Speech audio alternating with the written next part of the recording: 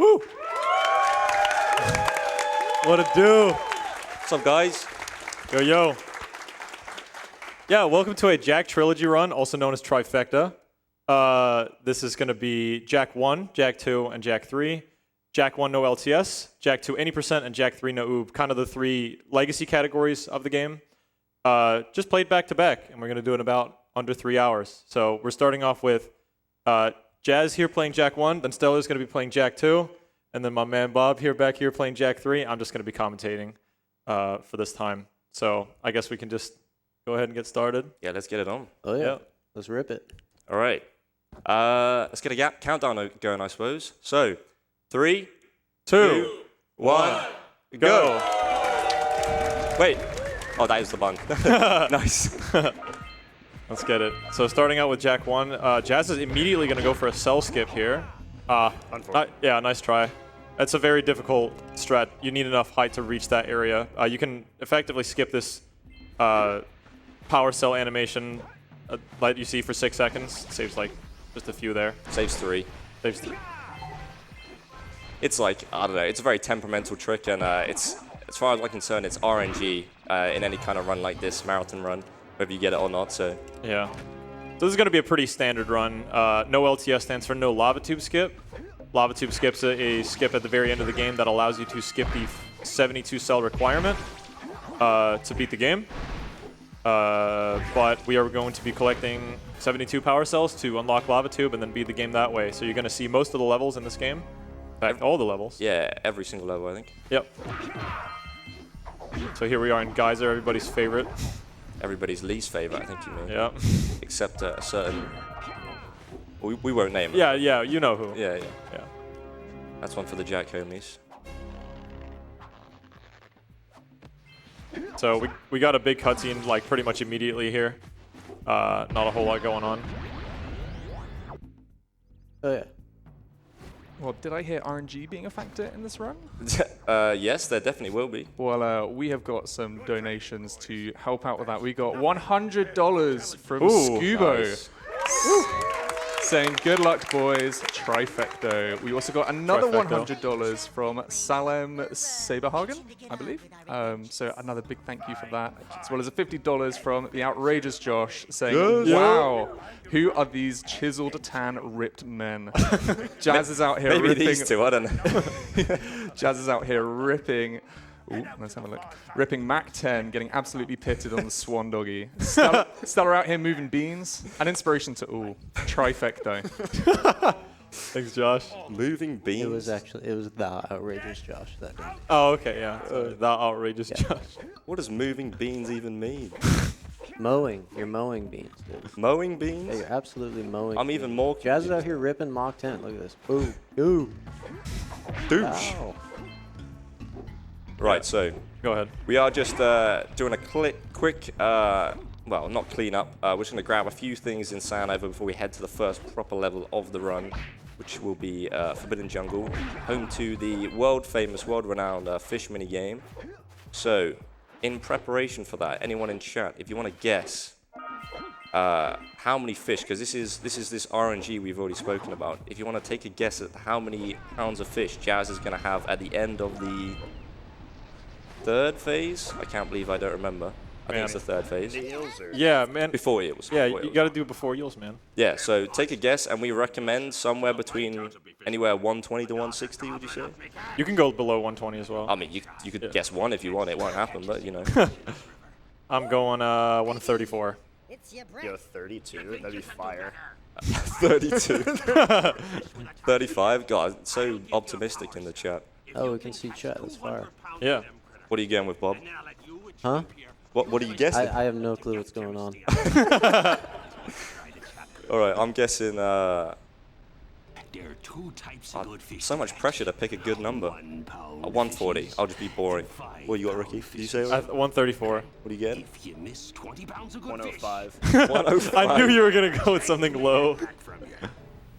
There are poisonous eels. Oh, you don't win anything for guessing it right. We just... Oh, yeah, sorry. Yeah, you know, just One of them boogers. feel good about yourself for like... No, you win a brand new car. What do you mean? Yeah, ESA is giving away a car, right? Yeah. That's what I heard. That's what the voices in my ears are telling me. Okay, looking good. Obviously, we want as many 5 pounds as possible. I don't think 105's happening. Sorry, Jazz. Yep. So if you guessed under 100, you're already screwed. I don't know, man. These wheels are. 44's alright. 45. So whoever guessed 7, you're Yeah. out. Unfortunate. Look at the skill, man. This is Jazz not missing a single drop. insane. Oh yeah. 94. So a bit above average.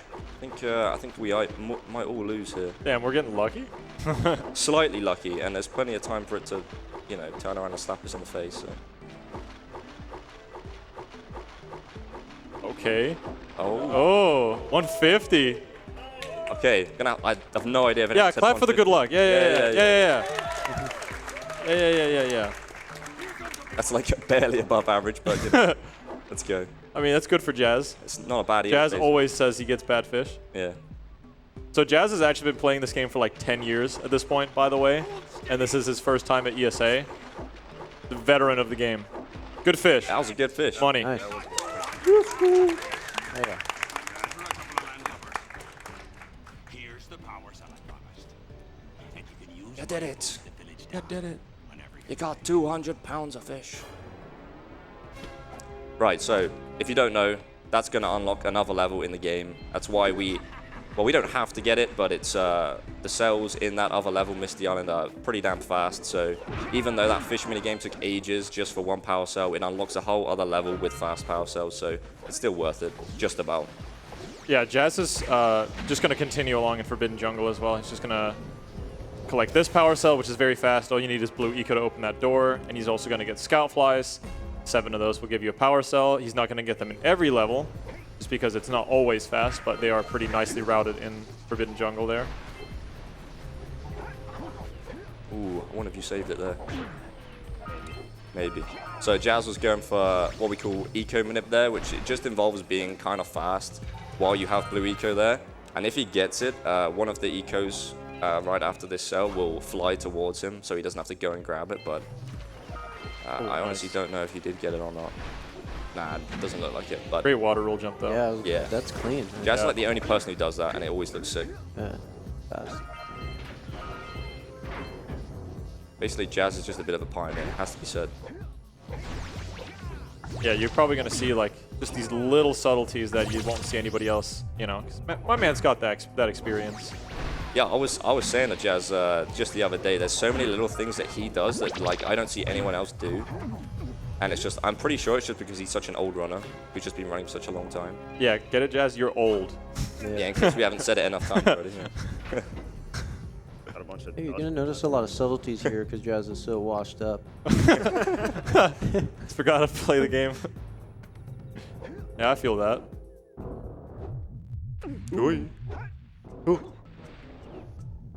Right.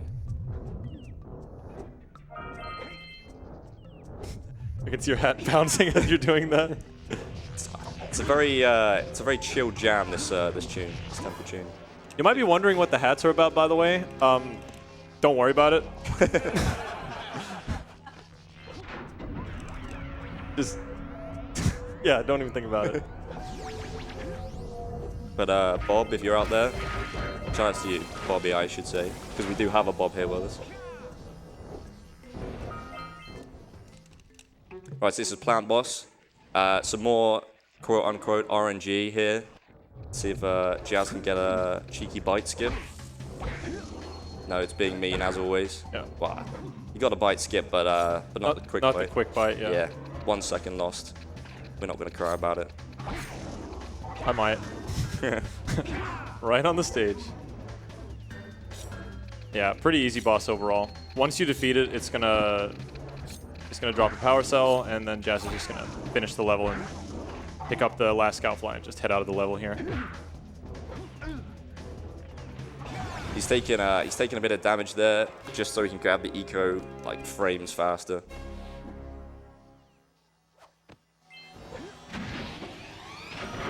And we are on our way out. So yeah, it's a pretty laid back start to the run. Are you doing the? I don't remember if you're doing the boosted or not. Nah. Oh, I'm boosted. Yeah. Nice. Can you explain boosted? Is that the first boost? That's the first boosted, pretty much, yeah. Well, it's gone now, so we can't explain it. We'll explain it at Misty. Yeah. Because it's the most, like the better spot to explain it. It's more visually noticeable what he's doing exactly there. Yeah, so now Jazz is going to head to Misty, which, against, like Stellar said, has a ton of fast power cells. We got a small boat ride, if there's any time for any messages. Well, although we are only 5k away from the big milestone, we have hit 40,000 Ooh, donated there we so go. far, and that is a lot down to the donations that we have got here. I'm going to go quickly through a couple of them. Stop me when you want me to stop. We got $5 from Reek saying good luck to all running Naughty Dog's best trilogy. Also, shout out to the Richard. We have $42 from Rosa saying a trifecta. We've got $20 from Majora saying good morning / afternoon ESA. I want to wish good luck to the Jack homies. Give everyone a good show, guys. I'll roll out one more. $50 from Tombo172 saying can't wait for Jack 2, the best Jack game. Ooh, good luck, guys. Okay, so what Jazz is trying to do here is there are some cycles going on in the background right now. It's these, if you might see them, there are these floating, like Zeppelins we call them. There's these guys riding these balloons around. And he's trying to set up a cycle. He's going to basically unload and reload one of the Zeppelins so that two of them are on top of each other. I think that movement was pretty good, so we should see a bit of overlapping here in a bit. Yeah, there's a slightly tricky roll jump coming up here as well. Jazz is just going to immediately grab this power cell that's down here, which you're meant to do like a fight for. But you can do a shortcut after the cell by getting on top of some scenery here and making a roll jump over to this area. This is full speed. Oh, love it. Nice. Good stuff. My heart dropped right there. Woo. I like the confidence though, the full speed. I always take a little stutter there. Yeah. This scary one. Yeah, that roll jump is like all confidence. Come on. Okay. That's right. Yeah. Jazz gets so many orbs anyway, he'll be fine. Yeah, should still make the cycle, no problem. Yeah, so at this point the cycle's like set, so even like little flubs in movement are not actually a big deal, as long as he makes the cycle. So we'll see as he comes up this ramp here. Down in the bottom left, you can see they are pretty lined up, which means Jazz's movement was on point at the start of the level. Here they are. Oh, yeah. Hey, look at that, man. Beautiful. Boom. Yeah, it's always nice when you get it with one uppercut like that. Very nice. Nice. And so now Jazz is just going to clean up the rest of the Zeppelins to get the power cell. Ideally, you want to get the... Very nice. You want to get the last Zeppelin after this power cell over the lake. He's going to grab this scout fly and juke around this balloon and then hopefully get the last guy before he takes off, which it's looking like it. It's looking very good. The movement was very good. And there we go. Oh, yeah, perfect Zeppelins. Very nicely done. Yeah, still not bad on orbs, even if you missed that vent earlier. Definitely can easily make that up. No problem. Might have to be... Yeah, I think he should be able to make it up, but he'll have to be definitely careful because in these more modern no LTS routes, the orb, certainly in the first half of the run, the orbs are like very important. It's a very key part of the first like hub of this run. So now you're going to see Jazz after this power cell. He's going to do his first boosted uppercut. What he's effectively going to do is he's going to gently push the stick forward so that he's not pushing it all the way forward, which is going to put Jack into his walking animation. Right as Jack is walking off the ledge, he's going to do an uppercut and gain a ton of speed with it. Ledge grabless. Nice. Good stuff. Very nice. Good Misty. Yeah, very good. Yeah, Misty. Yeah, Jazz was telling me how he was worried about Misty because it's a thing that any runner would worry about. It's a runner of any level could mess up Misty. It's just it's the first, I would say, real tough part of, maybe the only real tough part of Hub 1. But yeah, that was near flawless. So good job, man. Great stuff. Money. Speaking of, maybe one donation while we wait. Go on then. Perhaps if there's anything. We had a $50 donation from 6rock72 saying, really excited to see these two great games, as well as Jak 2 showcased again at a marathon. Good luck, gamers. PlayStation Nation forever, baby. Yes. Oh no, the Jak 2 slander's already started. 6rock72. I'm pretty sure he was not born in 72. If he was, I mean, man hasn't aged at all. Man found the youth potion. Yeah. Oh, nice. Yeah, I mean, Was that hey, intentional, Jazz? No. Oh, okay. you're supposed to say yes. I thought you were like Got the- trying to get the cannon to hit the. Yeah, the manip. Well, either way. Yeah, that was actually, I mean, considering Jazz is a little bit down on orbs, that was, I mean, like, could So- not have been better timed. This is a tower climb that was found like by Roser in 1945 or something. Just allows you to scale the tower like that. Oh yeah, you can shoot the pelican. Yeah, that was also found in 1945. Yeah, so coming up is birds, everybody's favorite. These are pretty random. You need to scare them between the 3 sentinels. You can see them all sitting over there, so once Jazz gets near them, they'll get scared, and then he's going to pick up the scout fly, run to the next one. But the last one is the one where they can kind of just fly around for a while, and you'll have to wait. So just a little bit of like luck in the early game with these birds. Hopefully they behave. I mean, your luck's been kind of godly so far, so let's see. I just had to open my mouth, yeah. didn't I? I just had to say something. That's not too bad. Yeah, it could be worse. The tiny weight. Yeah, no. Nice. Nice. Yeah, so we're just going to mop up a few more cells here in Sentinel, and then we'll be pretty much done with Hub 1.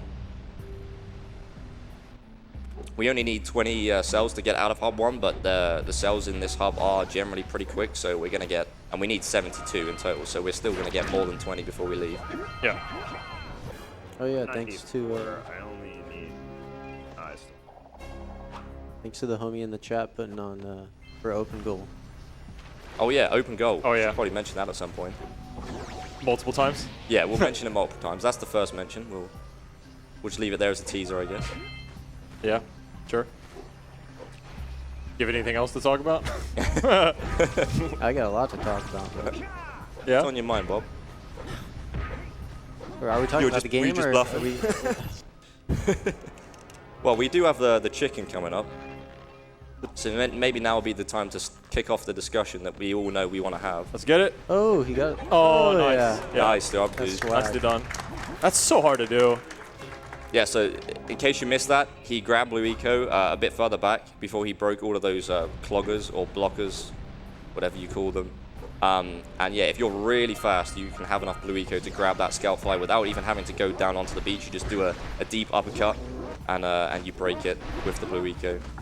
He's doing kind of a similar thing here too. He's going to retain the blue eco through this cutscene. Yeah, yeah. Now meet me down here by the egg. So yeah, here's the chicken. Oh my. The chicken. I don't know why I'm calling it the chicken, because what I was going to say is the discussion we were having before the stream, before this run was, what do you reckon Flut Flut tastes like? And I spoiled my answer, which is a very obvious answer, which is chicken. But we were thinking, well, you know, you never know. Find out in the next open goal mod. You see any feathers here? Whoa. Love it for Yeah, so this cutscene is like kind of slow, and you might be thinking like, why are we getting the cell compared to the other ones? But it does unlock Flut Flut in the later levels, which is going to speed up things significantly overall. But this is pretty much the end of Sentinel. There's just last scout fly. It's pretty nice that most of the levels are routed in such a way where the level typically ends with the last scout fly. And if you just load or die or something, you just end up back at the beginning of the level. So Jazz is just going to do that. There's one more power cell I actually forgot about, which is the Gimme, as it's called in like the code, I think. Again, Oh yeah, quite possibly, yeah. yeah.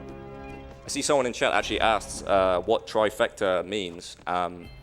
Ricky, you wanna take that one? Sure. Yeah, Trifecta just means to play the Jak games just back to back, pretty much. I think I actually did the first run of it. It was like a 318 or something like that, back before LTS was a thing and there was no oob either. I don't know who said the word trifecta or if I came up with it. It's just been so long ago, but that was just the thing. And then Tom Jack beat my time, and then people just kept doing trifecta runs and things like that. Now we've kind of have like 2 trifectas in a way where it's like there's classic trifecta, which goes Jack 1 no LTS, Jack 2 any %, and then Jack 3 no oob. And then we have like actual trifecta, which is any % for Jack 1 and 3, and then 2 is the same. Yeah. Which is insanely short, but also just very hard. Yeah, there's no way we'd be showing that off, I don't think. Yeah, Jack 1 and 3 in particular are really, really hard. Just not marathon friendly at all, especially Jack 1. Well, Jazz has got a dream, and I'm on board with it, that someday we may show Jack 1 any %, maybe at an ESA, maybe a GDQ, at some event, maybe. Yeah. But my God, it'll be a race? Yo, race. Oh no. But yeah, if that ever happens, that'll be a day to remember, because that is, yeah, it's a good reason why we don't do it in a situation like this. The reason it is so hard is mainly due to, so I talked about lava tube skip, which is already hard on its own, but it's actually because of fire canyon skip. So we can skip the 72 cell requirement to get to the end of the game, but we can also skip the 20 cell requirement for fire canyon, and it's very difficult to explain, but essentially it involves bouncing on the lava surface throughout the entire level. And while you are bouncing, a lot of the orb crates and various ramps throughout the level attract Jack like a magnet. And if you land on any of the surfaces, because Jack is always dead from having bounced too much, you instantly die and you go back to the very beginning. So you would have to bounce for, how long is it? Like 4 minutes? 5 minutes? Throughout the level in order to get to the end? I think nowadays it's only 3 minutes. Maybe like 3.5-ish. Jazz, you reckon? When you get there at like 2:30-ish, I think. The most 2:20. I've ever struggled to drink water. like subs. Really?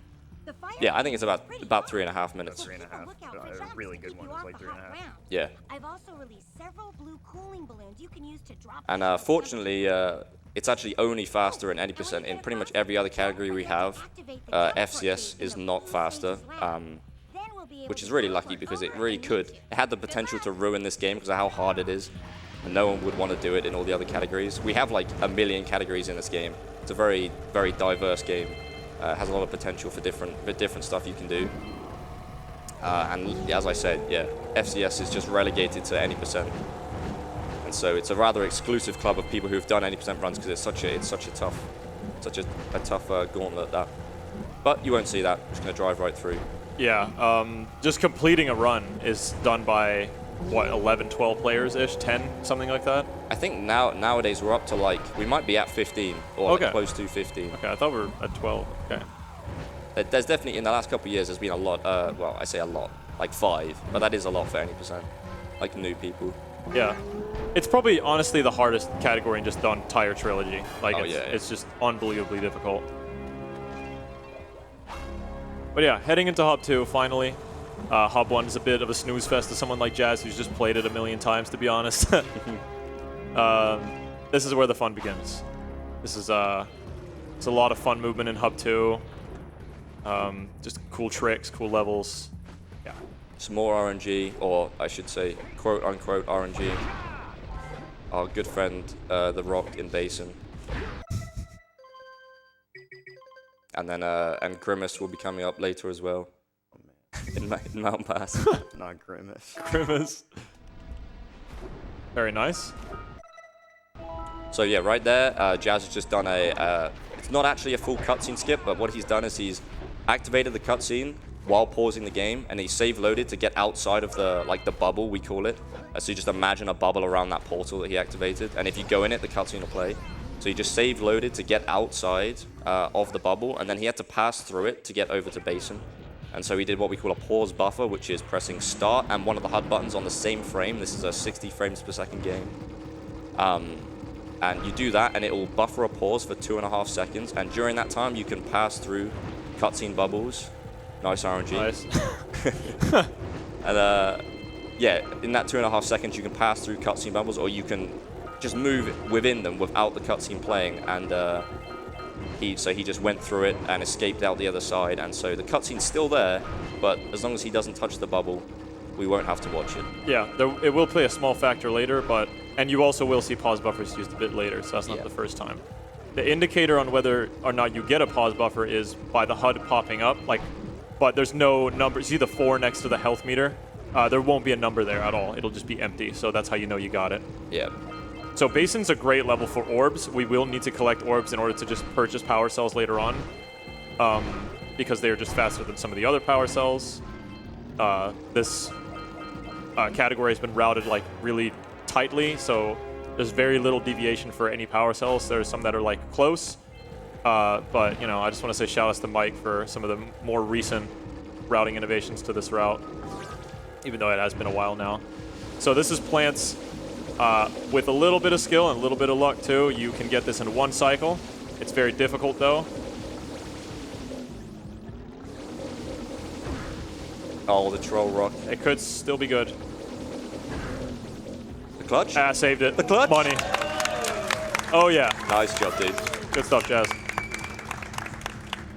Yeah, that rock, I hate it so much. The hitbox is like annoyingly big, and but you really want to stick close to it just so that you get all the plants. Because if you miss one plant in a bad spot, you know, you're not getting a 1 cycle no matter how good you are if you just miss one in a really bad spot. Because they give it enough time and it's random how quickly they do it, they respawn more plants again. So if you miss one in a bad spot and you have to go back and get some more eco, you could turn around and have like 10 plants back again.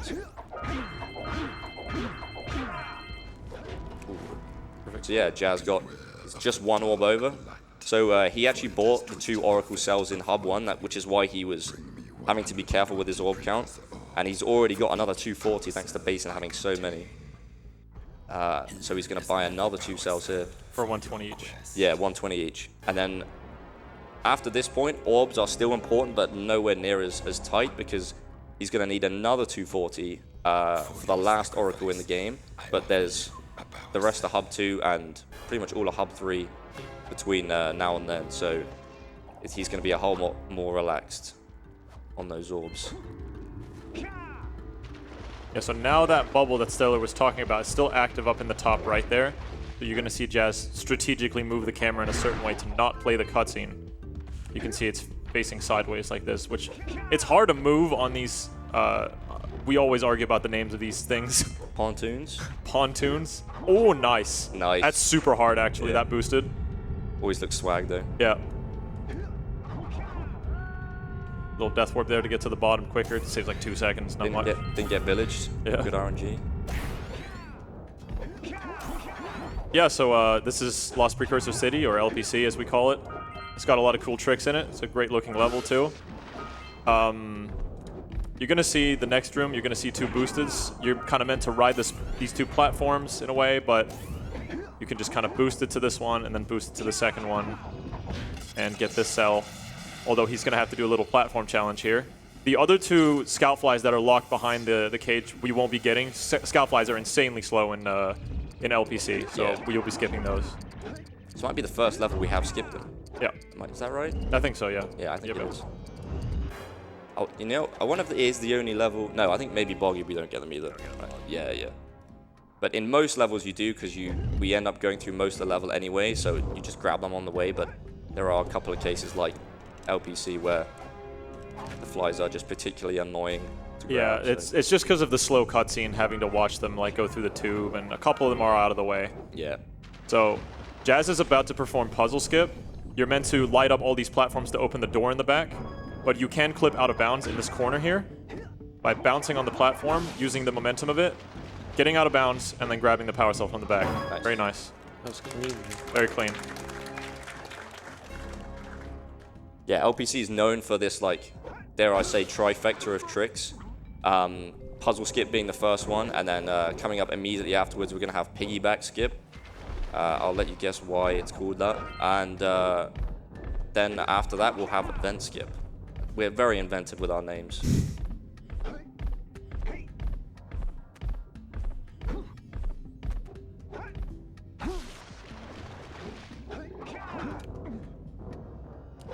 Boom. Nice. Nice. Well done. So that gets the rising eco cell early? Yeah. Right? Yeah. So yeah, you normally have to go all the way down to the bottom of the city, and then race up a tube, round and round in circles, all the way up a tube, and then grab that cell. But we're gonna grab it way earlier. The bottom of that tube also has a power cell, which we will be getting now. Yep. Well, in a second here, with some more skips. With the aforementioned vent skip, Yeah. and you'll come to realize why it's called that as well. Whilst we're sliding down here, do I have space for a quick donation?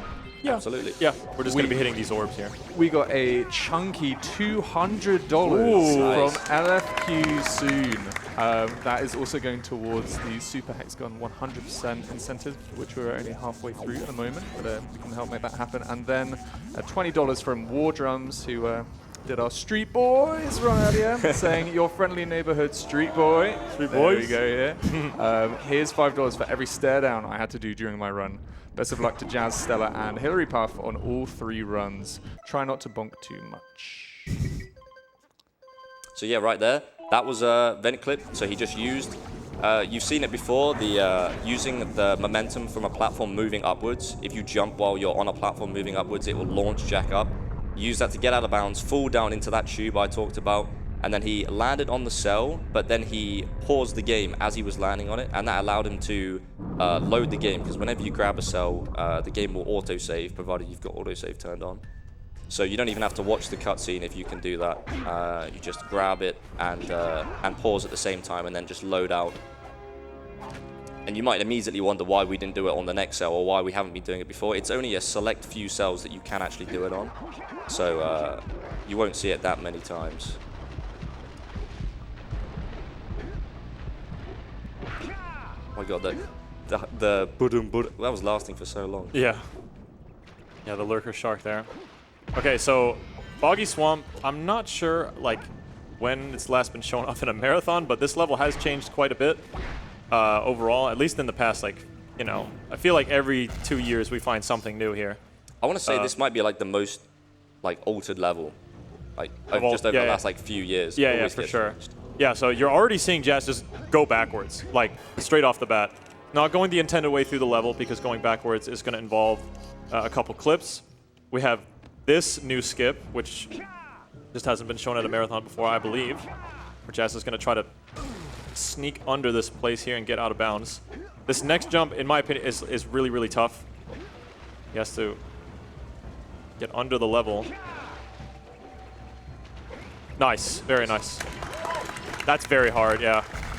So he has to do an uppercut beneath this surface so he can get into this room that you normally need a launch pad to get into, and then grab this cell.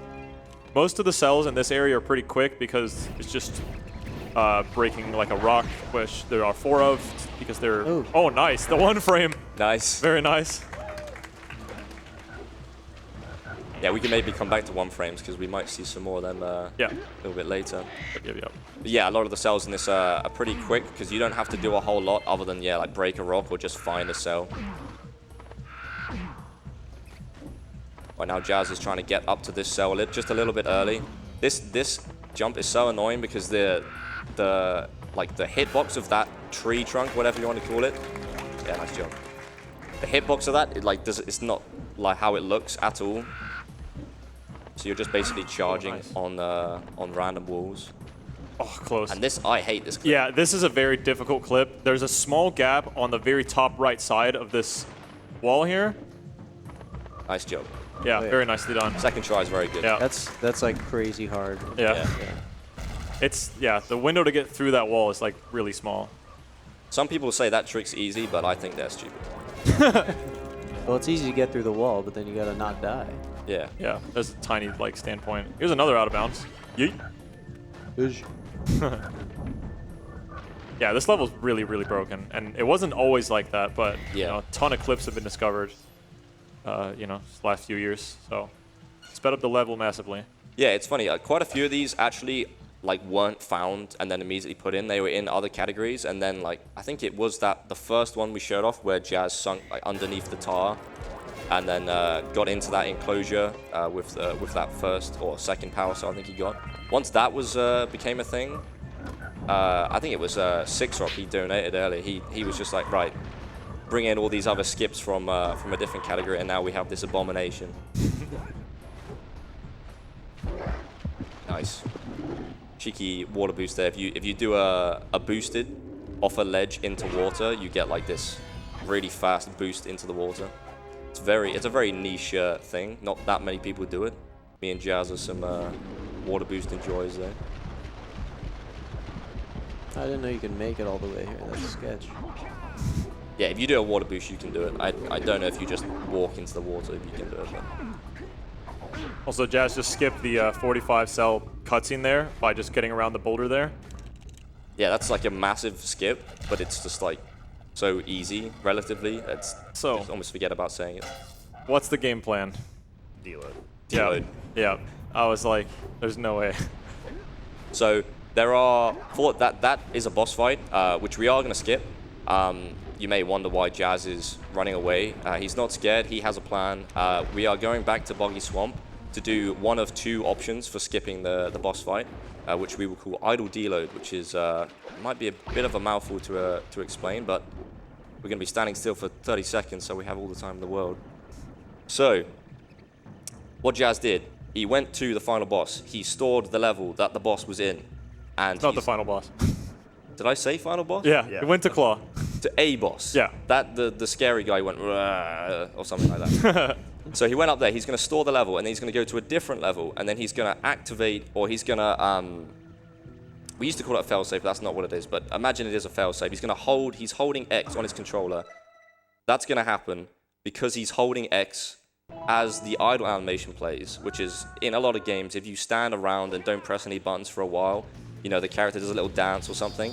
If you're holding one of the face buttons while that happens, and you have the right conditions set, which was him going up to the boss in the first place, the level will deload. And then at that point, it is looking for the closest checkpoint in that stored level, which was the boss's arena. And it happens that standing on that rock where he stood puts him just close enough to the checkpoint behind the boss. So when it's looking for that closest checkpoint to give him, it gives him the one behind the boss. I may have butchered that a bit, but are we going to do another deload in this category? I'm not sure.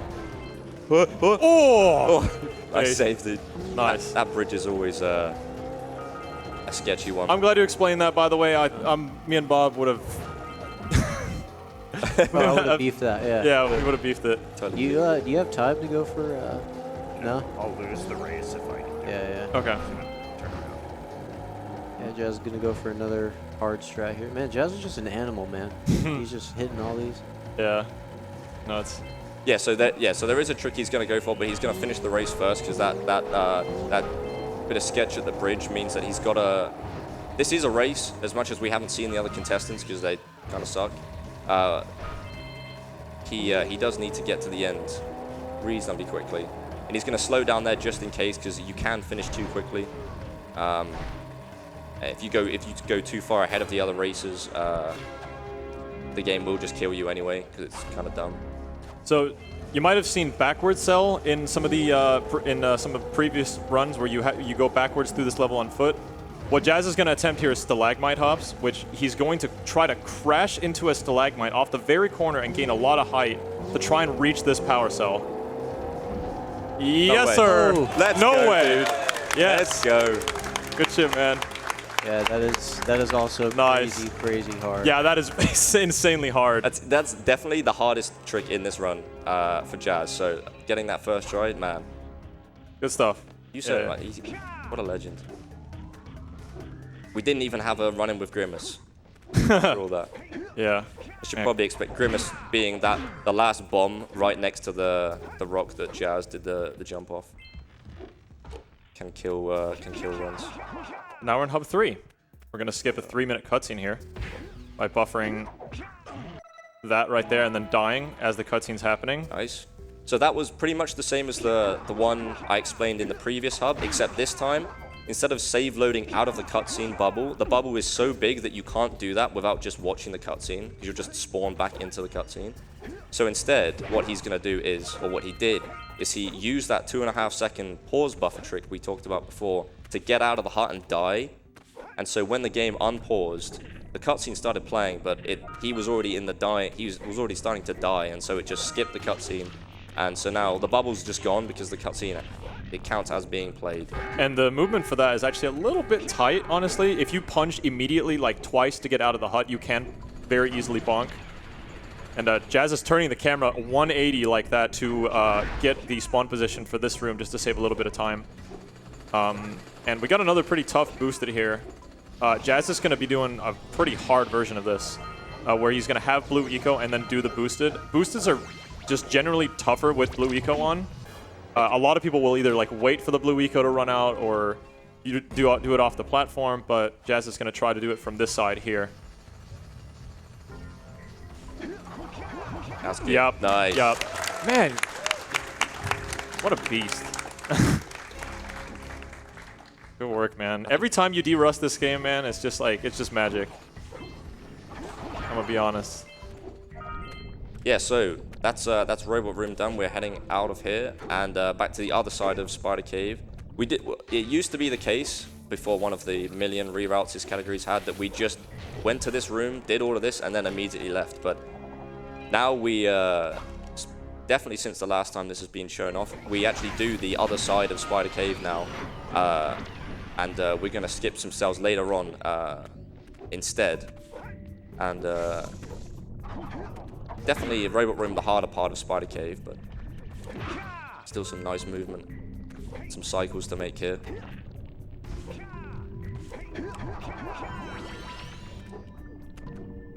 Just going to shoot a crystal behind him there, and then shoot one in front of him. These are a bit like scout flies. In this particular level, there's 1, 2, 3, 4, 5, I think. I hope it's 5. I'm going to get roasted otherwise, but I think it's... Who knows? We just shoot them. But yeah, they're basically like scout flies. If you shoot all of them, you'll get a power cell in this level in particular. So oh, go ahead. I was going to say, since we're going through most of the level now, you might as well grab them all. Here's the last one. So this is Dark Cave. It's dark, except for when you hit the crystals, then it's not. This power cell is going to clip through the ground a little bit. You can kind of see it from that camera angle there. Yeah, the cycles are kind of like important for this area. I especially don't like this platform here. If it's on the right side, which it's not, you can't really do that boosted. And great cycle on that, actually. Very nice.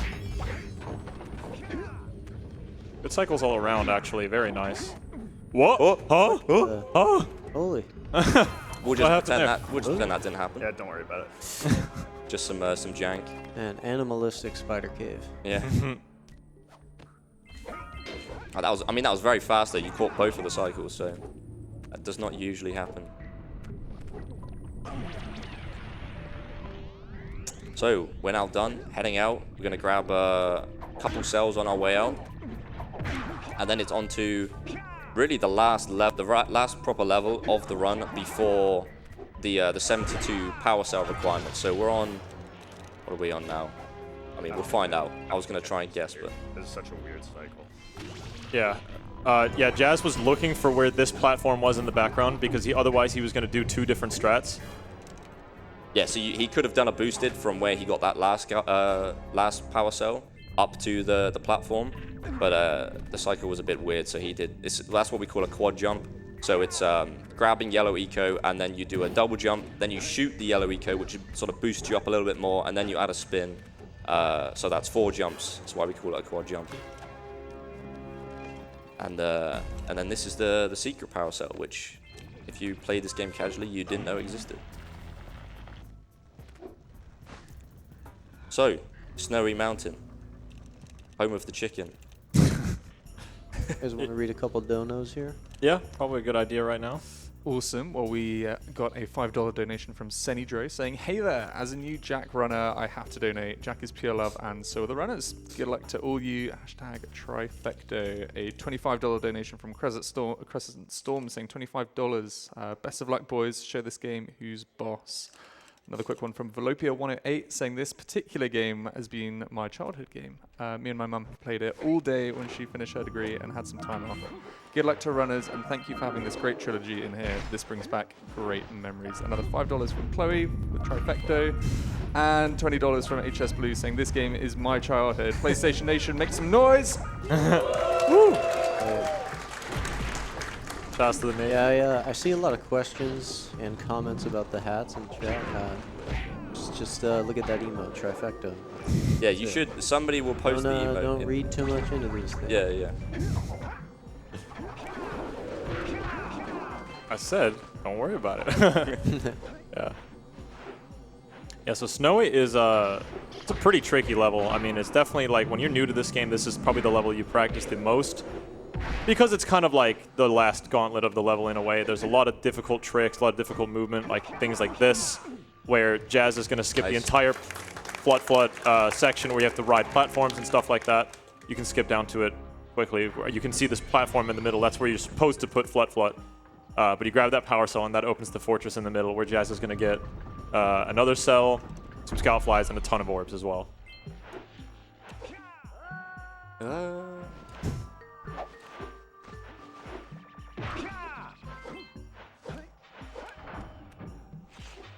Ooh. Yeah, slight sketch. So that's another quick skip there, skipping that tricky ice. This is another place you may not have known existed if you played this game. I mean, I know I didn't. Maybe I'm just projecting, but there's a quick skip. There's some tricky. Come on. Oh, yes. Nice. Okay. Yeah, probably should explain that. That's a 2-frame trick right there. Again, 60 frames per second game. He's just gonna input an uppercut and time it so that he just starts launching upwards as the cutscene plays, and so the cutscene will cancel the uppercut, but it won't, like, normally in the uppercut animation it gives you like an upward boost and then it gets rid of it again, and that's like how the animation works. But when you cancel the animation with a cutscene, it gives you the boost and then it doesn't slow you down again, so you just rocket up into the sky. And so he just skipped right out of that room. Saves like 8 seconds or something. Yeah, so you're not meant to have Flut in this section of the level, but you can just easily get it out of bounds. Again, just another really old trick. And so Jazz is just going to use Flut to just, you know, take care of business and just get things done a lot faster. I believe you also save time with every power cell you pick up, because this animation that plays is just a little bit shorter than Jack's normal one. You know, so just adding a half second, 1 second, however much it saves every time. Mm-hmm.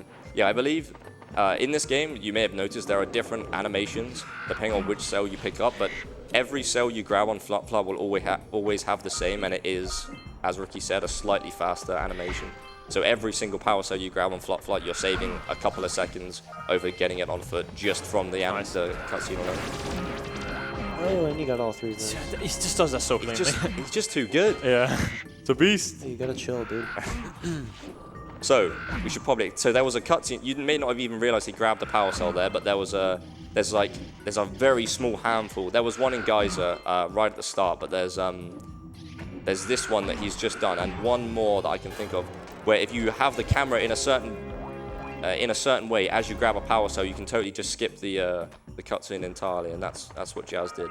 And then immediately he dived down onto those orb crates and grabbed 45 orbs in the blink of an eye. So he's big chilling now on these orbs. See, he only needs 240. He's already got more than he needs.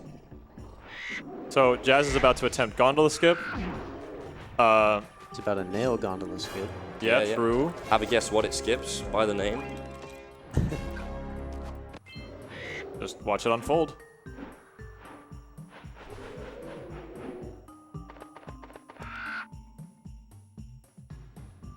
Looks good. Yep. Money. Nice. So yeah, although that looked like he just jumped off the mountain and like nothing much happened, what he's doing there is he's dodging the death plane, because you're not supposed to fall off the mountain, believe it or not. And then, but he has to not go too far out, because he has to hit the checkpoint trigger on the way down. Otherwise, when he respawns, because he needs to get off Flut here, when he gets off Flut, he'll respawn back in Snowy if he didn't hit that checkpoint. So there's a lot of nuance to that trick that you might not get just from watching it. Also, there is no Flut model in Volcanic Crater, so Jak is just riding on nothing. Yeah. And again, it is a little bit faster to stay on Flut for the reason mentioned earlier about the cells. But if you do go too far away from just this general area here near the Oracle and the miners and stuff, the game will crash. So he has to load there. Yeah, so Flut's only supposed to be in Snowy Mountain, as in Hub 3. Snowy Mountain's the only level that Flut is supposed to be loaded in. So if you go close enough to another level to where it starts to load, the game will just crash because you're trying to load a level that's not supposed to have Flut in it. And yeah, game's not a fan of that. So he needs to get off Flut. Hey Jazz, I happened to notice that you loaded the game there instead of dying. Do you only take that damage at the end of Snowy if you happen to be on 2 health? Is that just like a 1000 IQ play? I know people do that. I just kind of, I don't know. It's a pretty safe play to just keep your health because I'm a death really on like Flut taking sucks. damage in Snowy. Yeah. Yeah, dying on Flut means you're not on Flut anymore, and who knows what checkpoint you're going to have, so playing it safe is, and doing the death warp in Crater's fairly fast, I think, anyway, so. So Lava Tube's pretty straightforward. There's not a whole lot going on. Just going to be heading to the final level and the final boss, so if there's time for any messages, this is a perfect time. Awesome. Well, we have still got some more donations. We have a $5 from Will, son of Owen, which is going towards the Hatsune Miku bonus track that we could get. We also got a $5 from Jeb Bush saying, please clap. Daisy claps Bush. We have also got a $10 from Oggy saying, get out of me swamp. Maybe a little bit late for that, Yeah, but we're out. late, but it's fine. And then a $10 from Viper the Rapper saying, ha-ha. And actually, whilst we're here, Chim has also donated $20 saying Trifecta. Let's go. Trifecta. Orang. I love the bass on these headsets. Yeah. So yeah, we call those the oranges. I asked the other day, apparently they're called energy balls. Oh, are they? Yeah. Oh. What says that? The official strategy Yeah, guide like or something? in the code. No, I don't know. I think it's actually in the code. They're called energy balls. Oh, come on. They call it the gimme cell, but they didn't call it oranges in the code? Yeah, I don't know what they're doing. Can we rewrite it to, Yeah. to say oranges and open goal? I think we should do that. Yeah. I mean, I'm going to keep calling it oranges. I'm sure everyone else is as well. Yeah. And then coming up at the end of Lava Tube here is a very, very hard skip, yellow skip, which Jazz is going to try and attempt. It's, I said the other trick, that trick earlier was the hardest in the run, but I was actually just bluffing because this is a run ender right here. So there's a cluster of yellow eco here that he's going to try and avoid, and oh my god, he gets it. God, That's incredible. That accomplishes absolutely nothing, but it's You would insane. I think. you know, it's got to be done. I say it accomplishes nothing. It can make this cutscene skip, which is already over, a little bit more tricky, but Jazz knows what he's doing. So that, you may remember the one further back in Hub 3, where he punched out of the hut and died, exactly the same as the skip he just did there, and the same as the one he just did there, and this one's the same as one of the other ones that he did some other time. It's all cutscene skips. But the important thing there is he skipped an entire level due to a mistake with the checkpoint. So one of the cutscenes that he skipped there is supposed to give you a checkpoint, but the devs messed up which one it gives you, and so it gives you the checkpoint at the top of the level instead of the one at the bottom.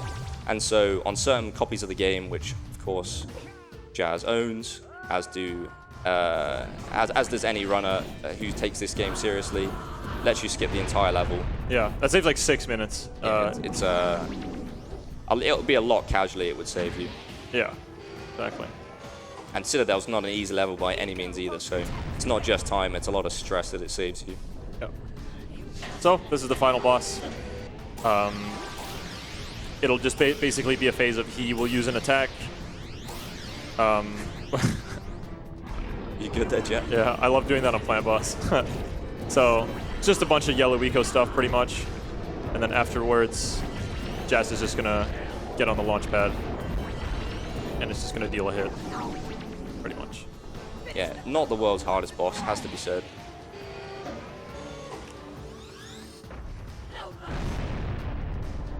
So I guess now would be the perfect time. We actually did see a 1-frame in Boggy Swamp, which you can do on this jump pad as well. Which is it's a 1-frame trick. I mean, I just said it's a 1-frame. That's what we call it. Again, our names are terrible.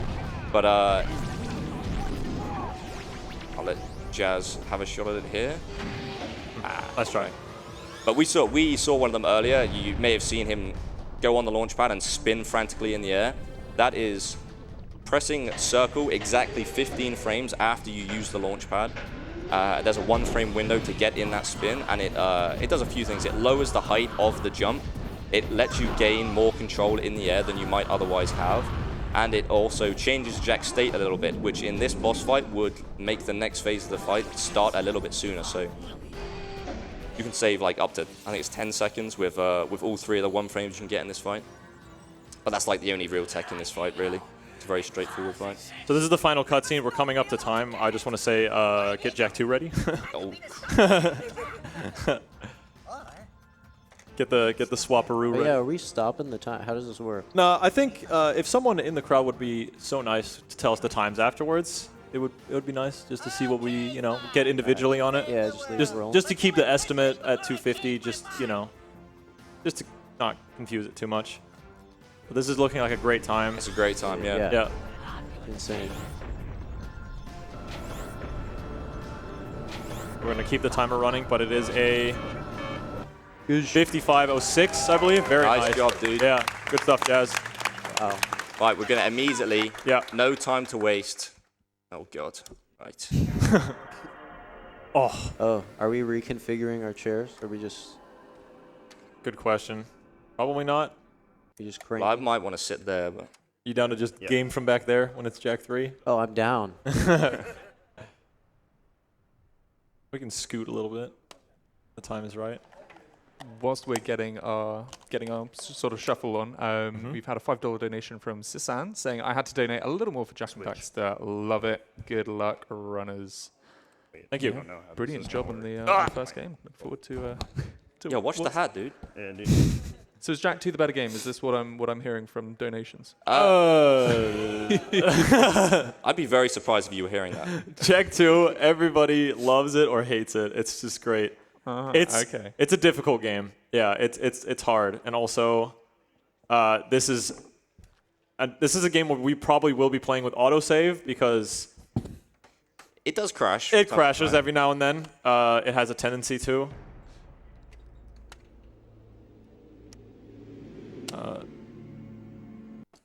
Time save. I'm a part of the run now. Thank you. Does that make it invalid? Go. Subtitles for no reason. 60. Yes. Yeah, Tech, you can handle this part. Nah, it should handle itself. Just gonna do what I always do there. And we're gonna turn speech one. Huh? We back? Yeah, we're back. Okay. we're good. Speech volume off. Let me just check that one off. And we are gonna go. Autosave. Not just that. Yeah. I'll turn it on in a minute. I'm gonna keep it off until I get to Milestone. I hope we crash and escape. Okay, so the time would start in 3, 2, 1. Now-ish. Okay, so this is Jak 2. This is a very different game from Jak 1. It's instead of it being more of a collectathon, it's more mission-based. But it does retain some of Jak 1's original movement, so you're going to see Stellar just kind of make his way through escape. This is called Pipe Strat, where he's going to cut a corner here. And the boosted uppercut that you saw from earlier, you're going to see across this gap right here. Very nice. The movement in this first area is actually pretty great. It's probably the best first level, even though every first level in every Jak game does kind of require a lot of you. But Jak 2 has just a lot of fluidity to it. I'll try my best to explain most of the early game skips because they are pretty significant. So Stellar's going to do just the first mission here, escape, and then he's going to do, I believe it's called Protect Corin Kid. Oh my god, I was not expecting that door to open so fast. Yeah, I forgot we're running on a 90k. I feel spoiled. I've never ever run on 90k before. So. Sorry, carry on. Yeah. So this is Protect Corin Kid. You just have to, you get forced into Dark Jak here, and you can just defeat these guards in 2 hits. once that is done, Stella is going to do a sequence of out-of-bounds movements in order to get to Mars Tomb. So the way this game works is that there's kind of like a mission tree. There's like a long line of missions. I'm going to say there's like roughly 60-ish, because that's how many there is in Jak 3. I forget how many it is in this. But you know, you play mission 1, you get to mission 2, mission 3, mission 4, so on and so forth. You can go and do side missions or whatever, but if you want to progress the story, you have to go in that specific order. However, if you manage to get into, let's say, mission 10 earlier than intended, if you hit a trigger earlier than you're supposed to, the game assumes that you must have done missions 1 through 9, and it warps you to that mission. So you never have to do missions 1 through 9. And the game will also give you the rewards for all those missions that you skipped. So what Stellar is going to do is he just went past the red barrier, which you normally... Basically, parts of the map of Haven City is blocked off until you beat certain missions. That works. And this out of bounds is a little bit new, but basically this involves just skipping the yellow barrier, which again, you need to beat a bit more of the game in order to just unlock like I think it's a pass in order to for that barrier to go away. So because he went through the wall in that way, none of these walls have collision, and Stellar is going to make his way into Mars Tomb. Some of you guys in the back actually may have not seen this. This is pretty recent, actually. So Stellar is going to get off the zoomer, and he's going to try to get the map to disappear to load in Mars Tomb. Do a boosted into it, spin right at the end. Mars Tomb loads in, and he's in. Yep. So... I'm going to turn on auto-save right now. Yeah. Good idea. So in Mars Tomb itself, he's at 2% completion in the game. Pull the memory card. Yeah. Thank you. You can chuck it back in as well. Yeah. You don't want autosave? I'm going to keep... I have to save there, and I'm going to keep it off because this... Just for this very first trick, because I do not want it to save. Yeah. Oh, yeah. True. Oh, here we go. Roll. Please. Please roll. Go! Come on, please. There we go. Okay, nice. Oh, my God.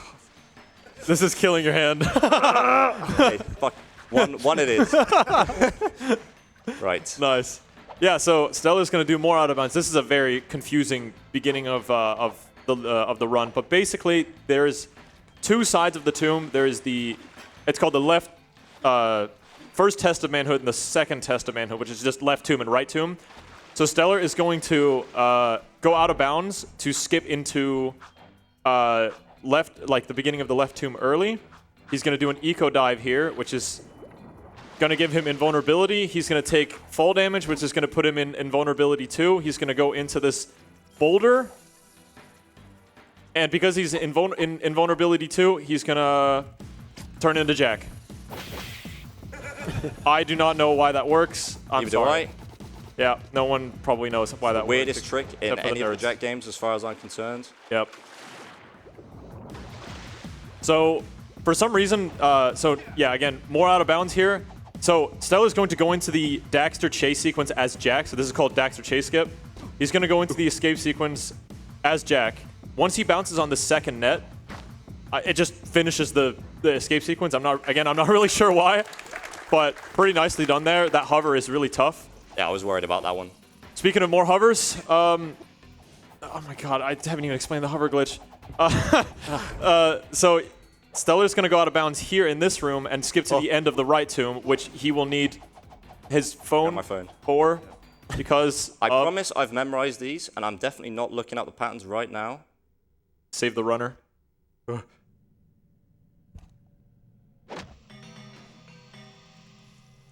Before you judge me, this is what everyone does, I promise.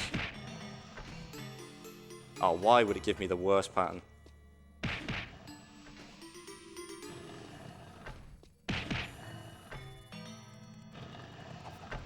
So you may notice I'm actually getting on the jet board after every one, because normally it locks you in place.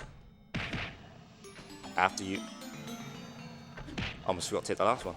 After you hit every tombstone, it locks you in place, but getting on the jet board quick enough lets you move. It sort of skips holding you in place.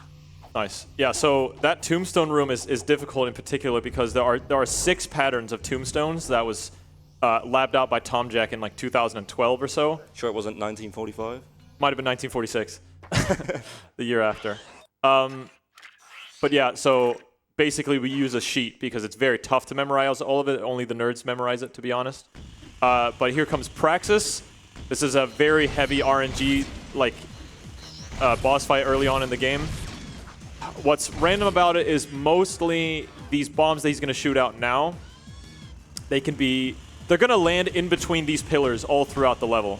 But the spacing between the two of them can be really far or really close. And this is looking quite good, so check this out. Yeah, and he got that 5th hit, so it looks like he just regained health, but that is going to do double damage on the next bomb. So he hit him 5 times. That was very good. Very good RNG on the... Nice. The sauce being spilled here, it's right. Yeah, all good. Yeah, he just got good RNG on the bomb spread there, effectively. It's very important to get it on this as well, but again, it's pretty much up to luck. So we're going to have to hope that Praxis gives us the goods here. That's going to do double damage. And then this is, yeah, good choice there. Nice. Very nicely done. 2 double hits. So now this next bomb is also going to do double damage. Where am I going? Okay. I'm going to manip him over to the left side here. Everyone else does this differently. I'm very stubborn. I just do it the same way I've always done it. So now that he's opened up a hole on this left side, he can't do it that same attack again. He's going to do a faster one. Or he's not. He's just... Oh, wow. That was a really unlucky spawn. Yeah, he spawned too close. Let's see where he is. Oh, nice. Huh. That was close. Not going to make that. No. Okay, it's fine.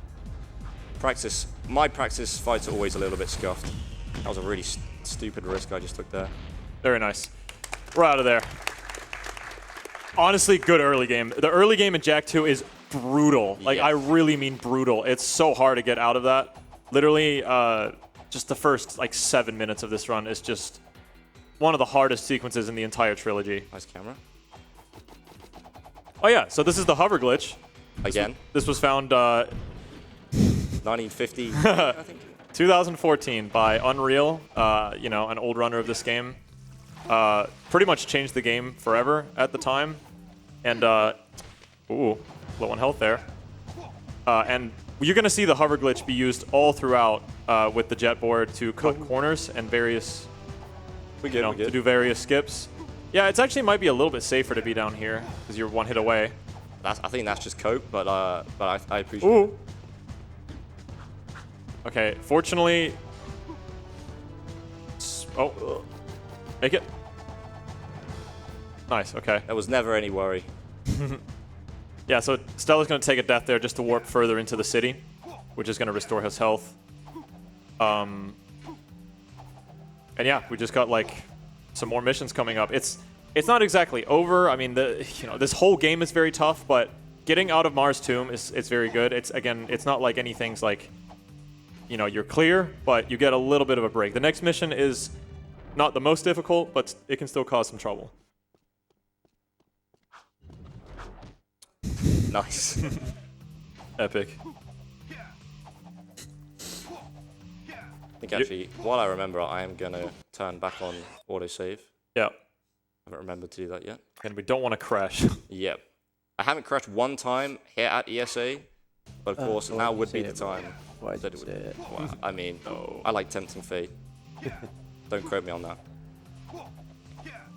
Whilst we're making our way to the next mission, we've got time for a quick donation. Yeah, absolutely. Yep. We have a $25 donation from Tombo26 saying, "Yo, it's the best Jak game." Which has also it gone just isn't. It's gone towards the bonus song for Hatsune Miku. We are currently around 1,000 off that at the moment, I believe. Just over 1,000.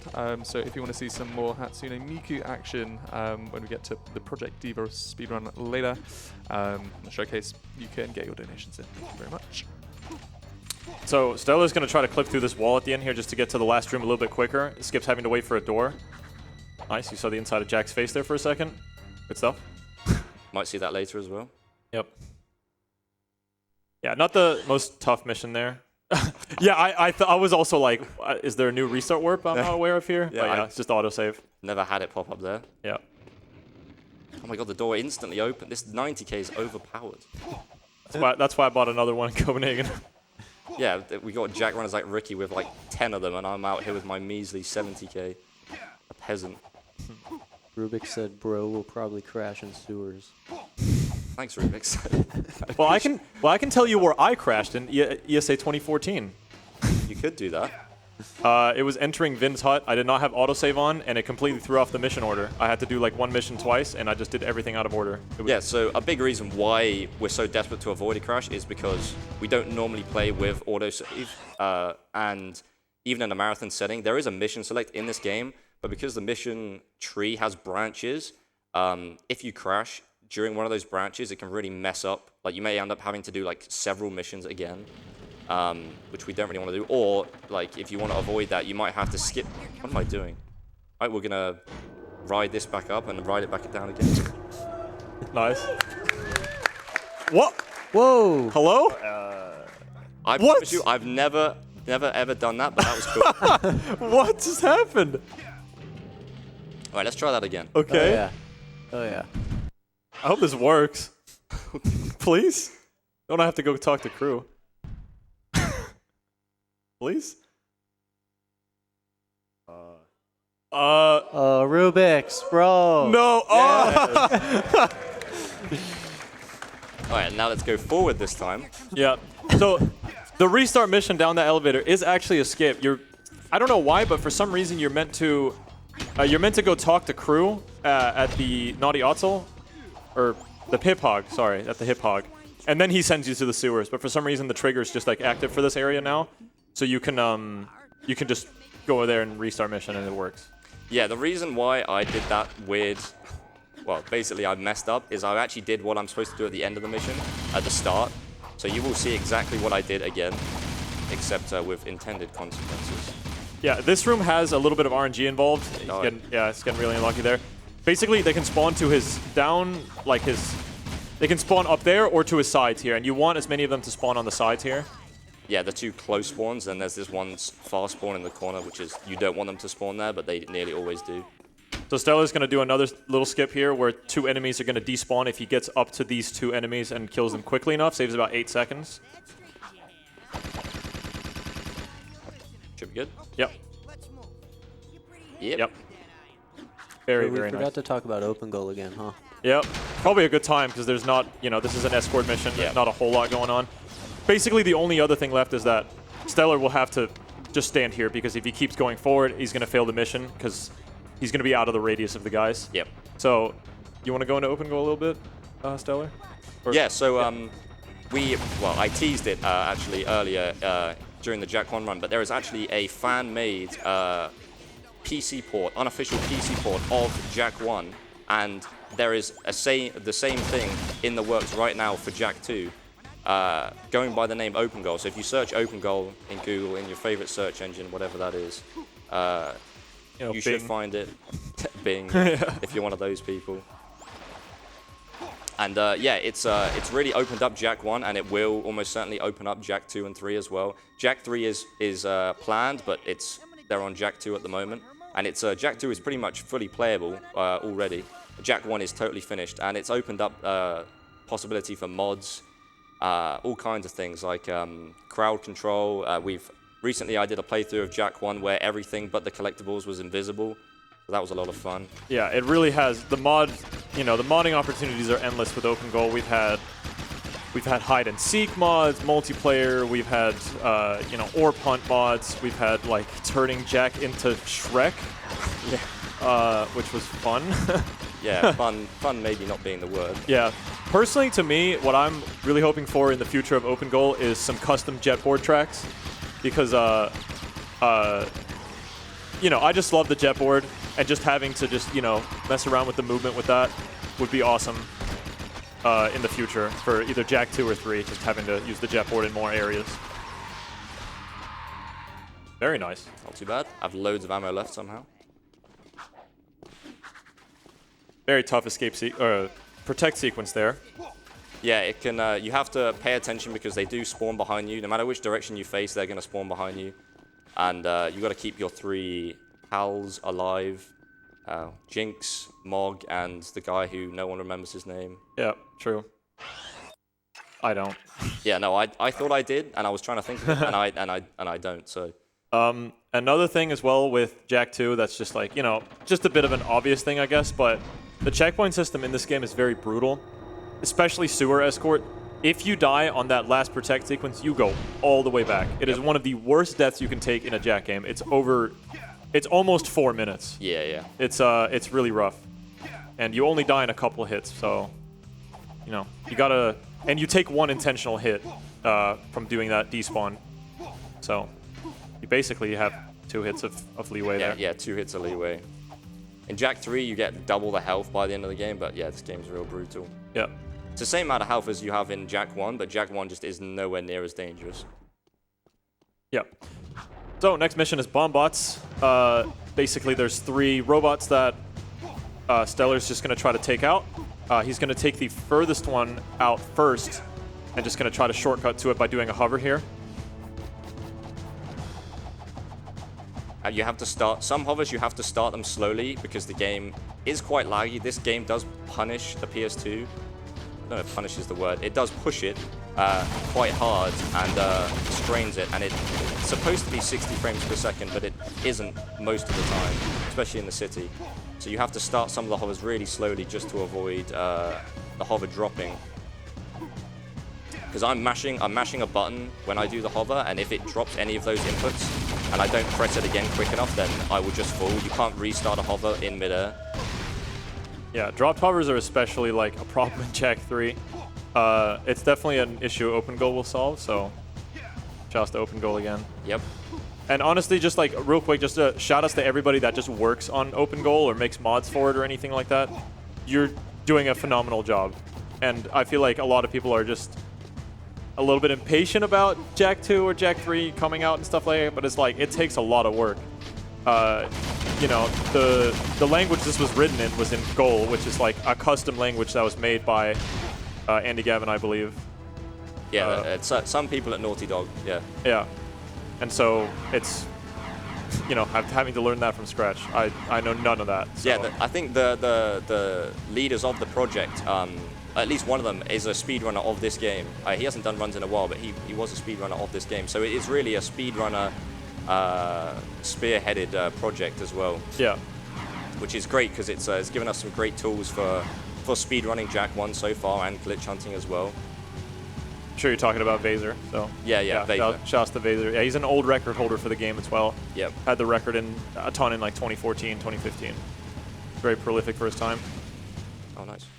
So we didn't talk about it, but pretty much all that mission involved doing was just jumping and spamming spin shoot on those robots to kill them really quickly. Yeah. But it's not actually the gun that's doing the damage, it's the spinning and hitting them over and over again with that spin kick just does a lot of damage very quickly.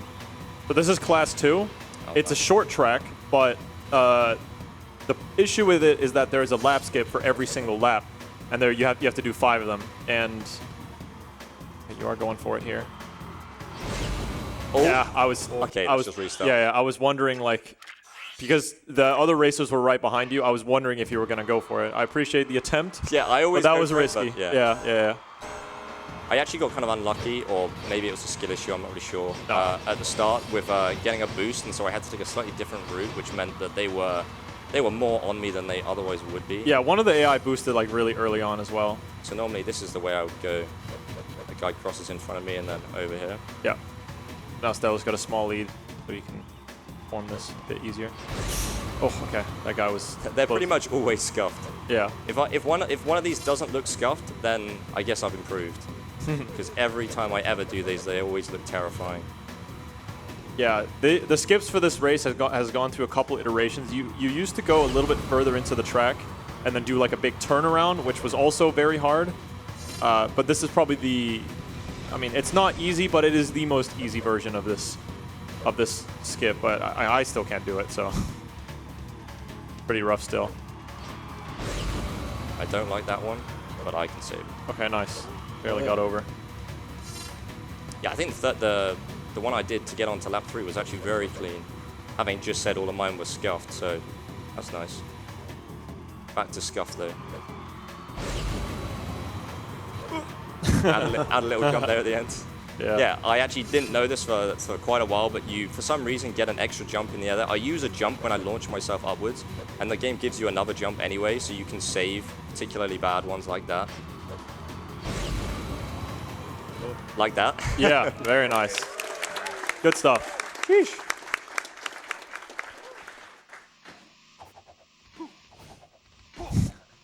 What was more impressive to me was you not bumping into any of those 2 pillars. Yeah. Exiting that stadium. I always go into those. So normally we would be looking to get on a zoomer as quickly as possible, but I am going to do a quick corner cut here by just hovering over these couple walls. Then we haven't mentioned freefall, but you may notice at the end of a hover. Nice, dude. Where did he come from? Give me the. Thank you. So yeah, when you finish a hover, normally you are locked in. When you do the hover, you're locked in a direction, so you can't change direction mid hover, which is one of the only limitations of the hover, really. Yeah. But at the end of the hover, in the last couple of years, we found out, shoutouts to Wotan, that you can do what we call a free fall, which is just mashing X when you finish the hover, and it lets you then regain control of like which direction you fall. Ooh. Okay, that was sick. Nice. Yeah, so basically by mashing X, you can... It basically activates Jak's wall kick animation. The wall kick is insanely, like... I don't know, it's a really broken... Like, it feels kind of unfinished, but it has helped us with the free fall. So Stellar's doing a really long hover here just to... Yeah, so you see he's changing his direction to go into the right. I meant to land in the room, but that's like frames of time lost, so... Nice. Yeah, so he's going to pick up the Peacemaker, which is the last weapon. He got 3 of the weapons from doing Mars Tomb Skip throughout most of the early game. Mars Tomb Skip skipped him from 2% to 62%. That is the only so-called percentage warp that we do in this run. And that gave him the Scattergun, the Blaster Mod, and the Vulcan Fury. And right there, he picked up his last weapon. And now he's going to head into Aero Race, which... are you going to be doing Ringless? Yep. Yeah. I'm a little bit nervous for it because I always fail it, but I feel like I have to show it off because it is like the only interesting strat you can do it. Well, no, that's not true. There is another interesting strat that you can do in ILs on this race, but Ringless is the main one. Yeah, is the main one. It saves not a huge amount of time. Like 3-4 seconds. Yeah, it's not much. But it is pretty cool. So, Stellar is just going to keep going through these rings. If you miss one ring and then touch the next ring, you will fail the mission. But if you...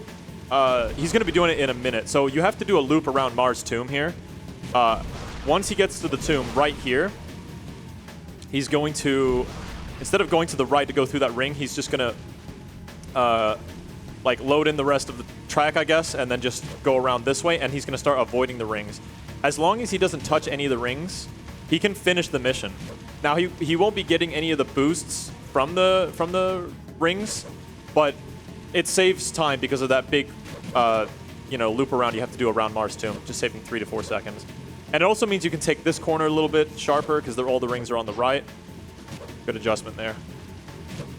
So the big problem is some of the people are, like, you can bump into people. Like this guy. I knew it. I slowed down. I just knew that guy was going to do that to me. Yeah. And again, if he touches the ring, he fails the mission, so. Oh, okay. Yeah, this is the main concern is when you're doing ringless, you're really trying to avoid the rings, and some of them are quite easy to avoid, but some of them, as you would expect, are placed in your way because they want you to hit them. But with some of the civilians being solid, and there's no way to know, by the way, beforehand if the civilian's solid or not.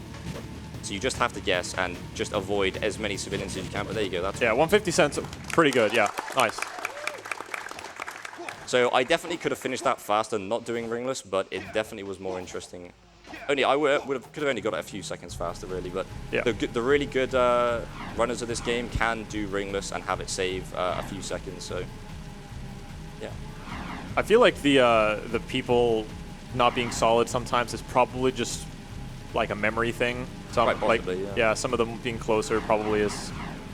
That is something that open goal for Jak 2 will almost certainly tell us. Yeah, exactly. If it hasn't already, somebody at home, one of the open goal goons might already know the answer. Yeah, Zed will be like, yeah, it's actually something, and then he'll tell you the reason. Yeah. Shouts to Zed. Shout out to Zed. So this mission's pretty simple. It's actually a little bit lengthy, and we're going to be saving like a solid minute or two here just by hovering straight to the end. So Oh, nice movement. Get in there. Okay, I bailed out, but at least I got the fast bit at the start. Yeah, that's cool. So the end of the mission is just it's just right there. It's done. There is actually supposed to, yeah, the hut is supposed to be right there. But by not going through the level the intended way, the hut doesn't spawn. Also, Stella's doing a precise hover here to activate something called Ghost Town, which basically removes the civilians and all the cars, which he got done very nicely. Nice. Good stuff. So you see, there's nothing here, and it's lag-free, which is absolutely beautiful. Yeah, it's nice to jetboard in this area here. Here's Death Warp. That saves like 1 second or so. There's a lot of these little city Death Warps that were, a lot of them were found by Dex that just save like these tiny amounts of time, which basically his goal was to try and eliminate Zoomer travel from the run as much as possible, which is nice because a lot of us prefer the jetboard movement over just riding a Zoomer. Oh, Trifecta. Just about got over it. So I have to come over here to load in this tent that I'm going to travel to here. A tiny detour. Oh, nice. Nice. Just about squeezed in there. So this little area is honestly pretty rough for guards. I saw him, and for some reason... Yeah, okay, dude. You know what, actually? I'm going to show off Lucas, who's another great Jak 2 runner, showed me this literally like the other day. Let's see if it works. That's probably not a thing I should be saying. I hope it works. It did, nice. Yeah. Okay. So the strat normally is to hover over the wall and die, but I think it might be a runner called Blord found out you can just go over to that wall and pull the camera in, and it achieves the same thing as getting out of bounds. Oh, nice. And then you just, yeah, and then you... Oh my god, these guards. I'm actually just hitting them. I don't know why I'm planing like they're getting in my way. So yeah, let's just... This Death Warp is going to put Stellar at the beginning of... Just outside the forest. Yeah, which is where the next mission is going to take place. There's not much to... Like, it takes a little bit to get to the place, so we got some time for some messages if you have any. Awesome. Yes, we have had a couple of donations. We've had $25 from Oggy saying, question for Stella. Was it? Good luck to all runners. A $20 from Seth Turner saying, yo, Stella, I'm going to need another live screw skip tutorial in this marathon run. Cheers, bro. Oh, no. Also, have fun with the best game the world has ever seen. We have a $5 donation from Folgan, just saying, oui. And a $20 donation from John Daxter saying, I love watching the _Stella play Jak 2, the superior Ratchet game.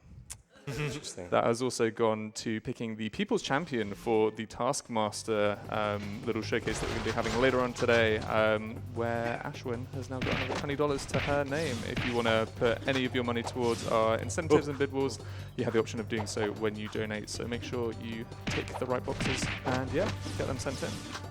Yeah, thanks for all the donations, guys. ESA is trying to hit 45K by the end of this day, so get those donations in. You know, $5 here and there helps out. And Stella's going to do something new here, which is too new for me to actually know anything about, so if you want to take over, then feel free. Yeah, I'm just going to... Vibe? Yeah, I'm vibing. Right, so the reason I was waiting there is because we're literally going to be sat here for 40 seconds. So... I did actually check the timer. I believe it was 25. Let me think. 55. 50. So at 56, 127.56, I'm going to move. And basically what I'm doing here is I'm deloading the area where the fights are supposed to be taking place. And these pairs of flying enemies that are spawning in are they're even just not spawning at all, or they're spawning in and then getting deloaded again. So I don't have to fight them. And I'm also preventing other guards on foot from spawning in. There are a bunch of them over by Samos who we're supposed to be protecting, but they won't attack him because I'm not over there. So once we get, what did I say, 56? I think so. Hopefully. I'm gonna turn around and hover back in.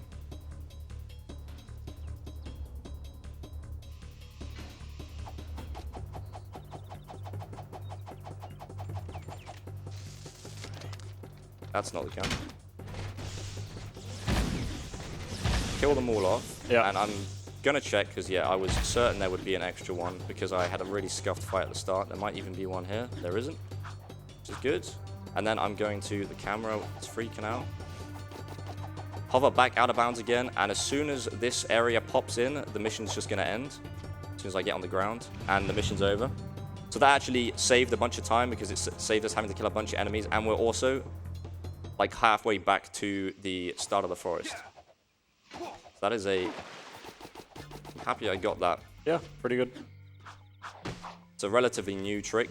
It's actually, well, I lied. It's not. That was intentional, I'll just say. That trick isn't not new at all, but it's very new to any percent. It used to be used in Gunless because those flying enemies are really difficult to kill in Gunless, you know, without using guns at all because they fly. So it's been known for a while, but it's only very recently that it was actually that might be too low. 90k.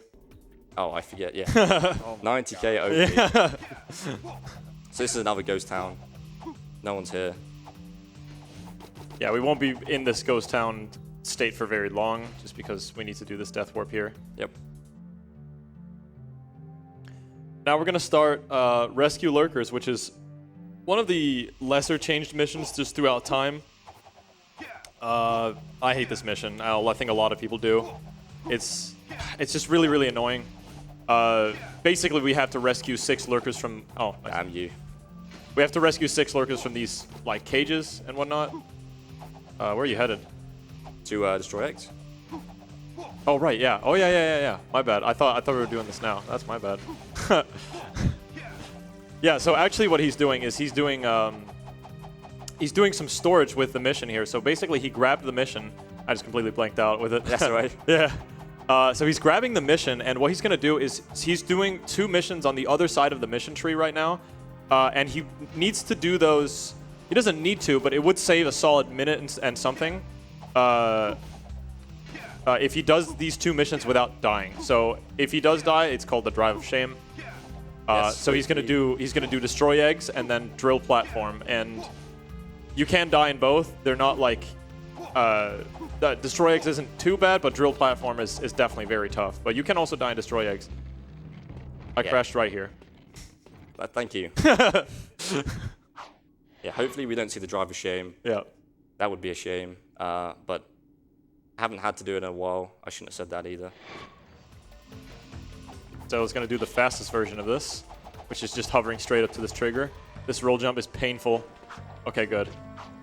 Yeah, if you go slightly too far forward there, you'll just...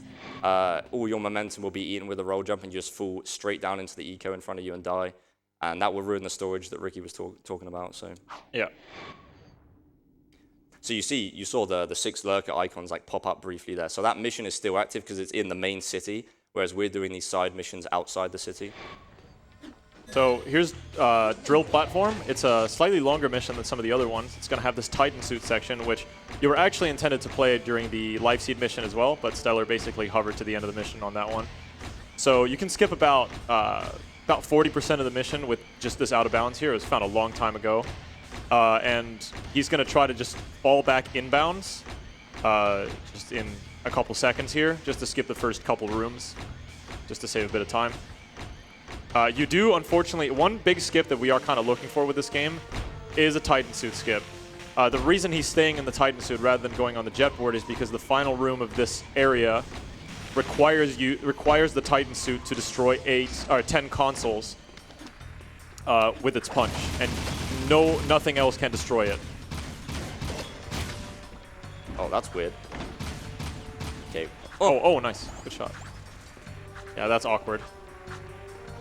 Yeah, really try not to die there, playing it safe. Can be a bit scary.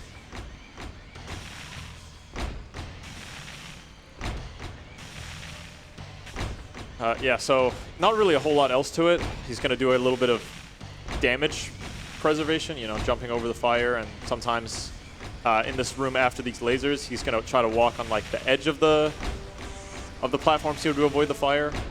Yeah, so the hitbox for the fire or the mech, I'm not sure which one it is like really small, so you can just walk along the side and not take any damage. Yep.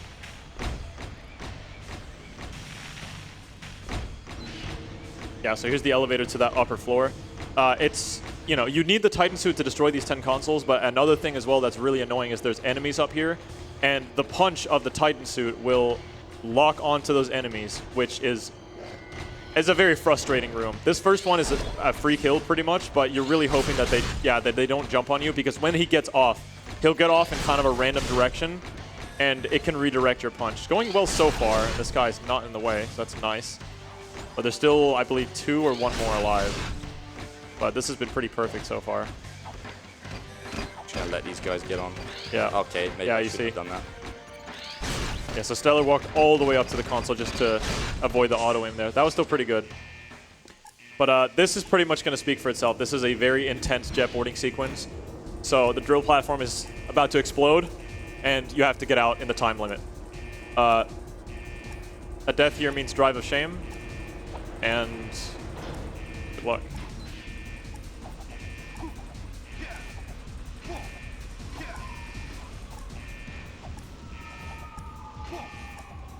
Ooh.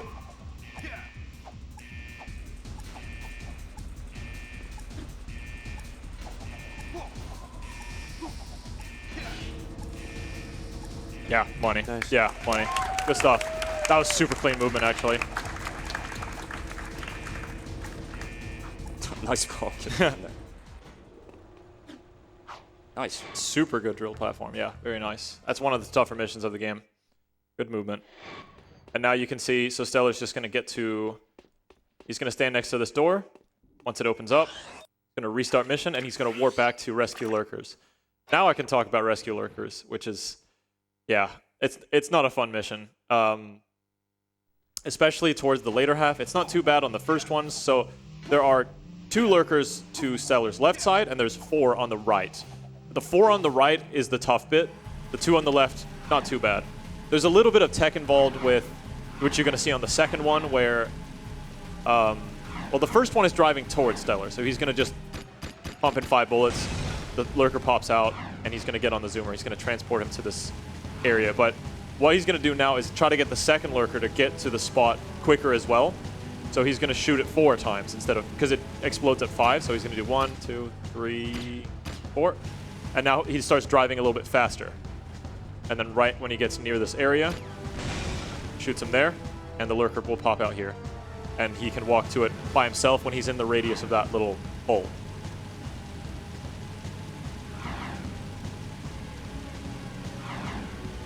Yeah, so if you're lucky, you can actually get the carriers carrying these lurkers to blow up in a way that launches them, which can mean that right there I managed to get the lurker to fall inside the radius of the pipe that it's escaping through. So it just walked there without me having to do anything. Usually, or quite a lot of the time, you do have to like wait there for a little bit to sort of guide it towards the pipe. In one of these later ones, I am going to be hoping for a boost of some kind, or I'm hoping that destroying the vehicle is going to launch the lurker towards the pipe. This one, right? Yeah, this one could potentially give a launch. So it did launch it, and that's yes. good. Yeah, nice. Okay, good. Doesn't save a huge amount of time, but these lurkers can be a real pain in the ass sometimes. Dude, Tom Jack back in the day used to just pull out the Peacemaker on this one and just eat it here, and the lurker would just go in the water half the time.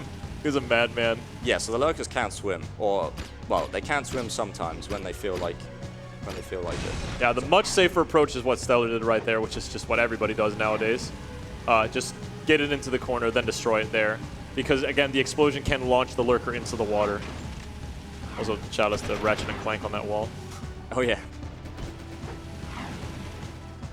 So this last one is has like a 50-50 chance of going left or right. I really didn't want it to go right because you can see it's very close to the water, and I have to then drive it back to the pipe. If it had gone left, it would have flown right over this pipe, and I could have just blown it up, and it would have pretty much just dropped the lurker exactly into the pipe. But it's no biggie. Just to play it a little bit safe. But this is another one of those, if the lurker goes in the water, the mission fails and you have to start the whole thing again. And that's several minutes. That's another one of the more painful mistakes you can make in this run. Okay, so next up is Class 1. This also has a lap skip involved. It is a little bit easier than Class 2. but not too bad overall. I also just wanted to mention that one of the reasons we don't play with autosave normally is you saw Stella just like wait there. You cannot pause the game whenever the autosave icon is like just flashing on the screen. So during attempts, that's why we just kind of, I mean, if the game crashes, your run's over, right? I mean, unless you're like really, really new and it's like one of your first runs, but if you've done a handful of runs of this game, if a crash is just the end. Yeah, so having autosave is pointless because, yeah, the crash just ends your run anyway, so we don't normally play with it on. Here's the skip. Very nice. Doesn't save a ton of time. It's not as much as Class 2. Yeah, I think it's also a little bit like, easier. They save like 2 or 3 at most, I think, each. Whereas the other ones, they're like, in total, I think they can save 30 to 40 seconds like in combined. So they do save a lot more, but they are obviously a fair bit harder. Or maybe it's not obvious. But these ones are like, you can actually just watch somebody do it and you pretty much know how to do it already. You can see Stellar just like spamming the jump just to get some more sharp turns in there as well. Just a little bit of tech. This song is actually in this race is actually really good in the in like the pre-console mix. So I believe Josh Mansell actually put out some of the tracks from this game before they were ported to the PS2, and they just sound like completely different. Some of them anyway. Like the instruments are just like really good. So shout outs to that. Especially in Jak 2, there's a noticeable difference. Yeah, so one of the guys actually stole one of my boosts there. Normally, you may have noticed I was saving 2 boosts, one for the actual skip and then one for after the lap skip where I sort of turn around and boost myself forward quickly. But snagged your boost. Yeah. Don't need one on the last lap skip though, because we are just going straight into the end of the race. There we have it.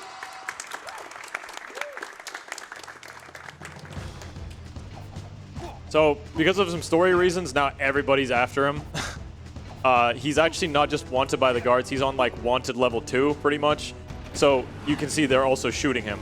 And there's gonna be like guard zoomers trying to crash into him. He's gonna be under some fire here, and yeah, it can go kind of south quickly, but yeah, that wasn't too bad. Honestly, that only got dangerous because I crashed into the wall myself.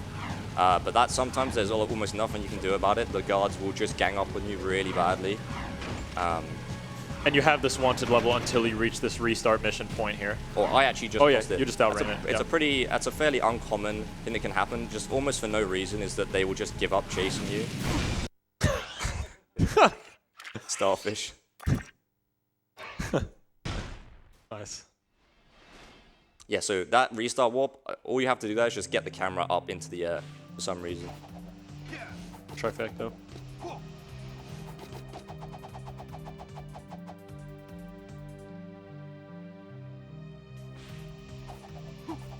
Couple death warps to get you closer to this mission, which again is just completely skipped pretty much. There's not a whole lot going on here. He's pretty much just like, this is another mission where you just hover to the end of the level. Except not quite in the way you would think though. Yeah. You want to go into that a little bit? Yeah, so normally you'd think, oh, just hover through a wall like a long way away to the end of the mission, but I'm actually going to just hover straight up in this room.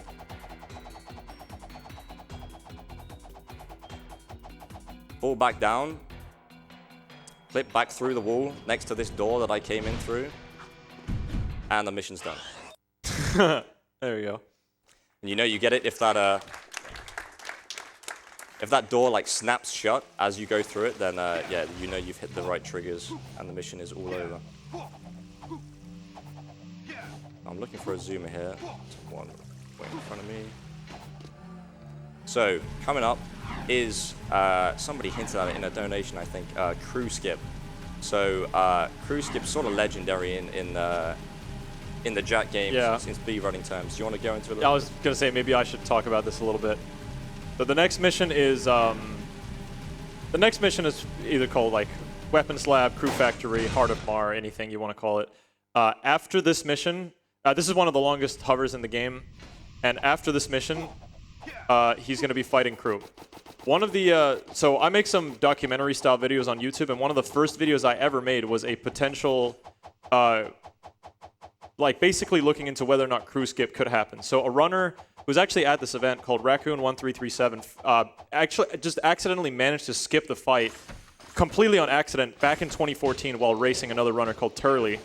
And yeah, he basically got crew like to kind of clip into the floor a little bit, and the fight was just over after the first phase. And we've been trying to replicate that for literal years, and we finally, like this year, pretty much have a proper setup. So you're going to be seeing that here, although it is very technical and difficult. So you're going to try to see, hopefully we're going to see crew skip here. Yeah, I should be able to attempt it a few times. Hopefully I don't need a few attempts, but it should be consistent, but it is very hard. We haven't been doing it for very long. It was like the setup we use is this year that it was found. And I don't normally run this game most of the time, so I haven't been practicing this skip all year. So we'll give it a shot here. Might have to improvise a little bit. Going left. Yeah.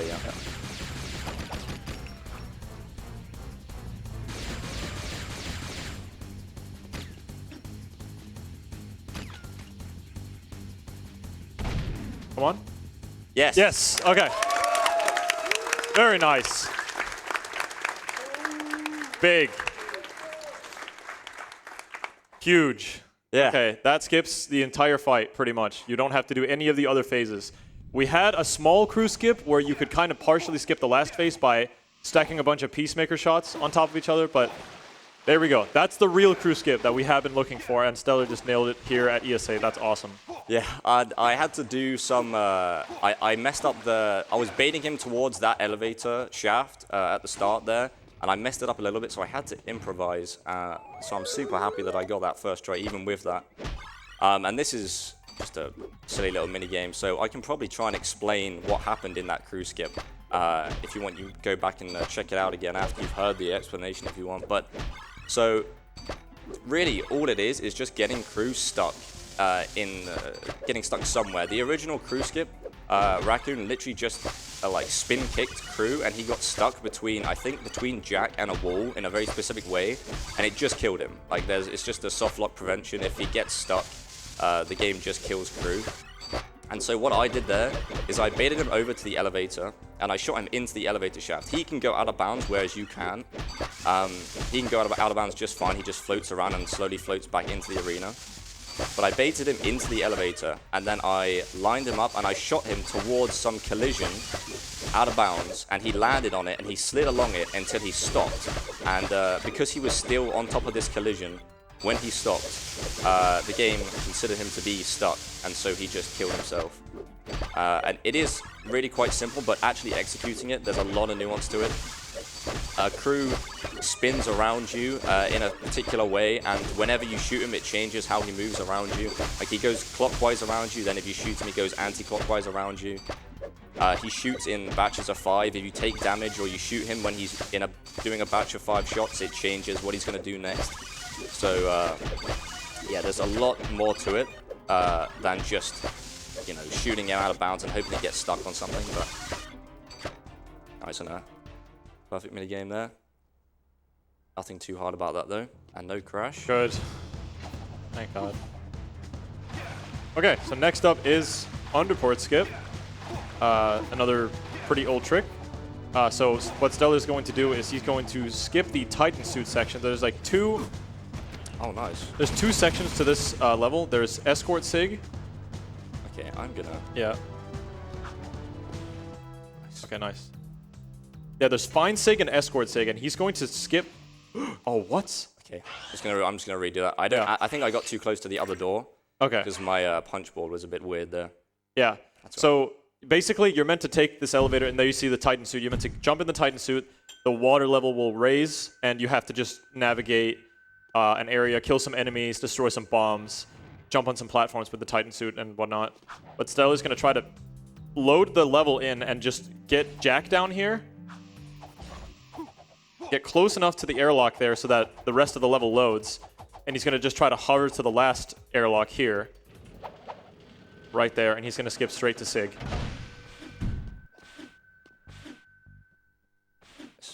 So now it's time for Escort Sig, which, yeah, nice.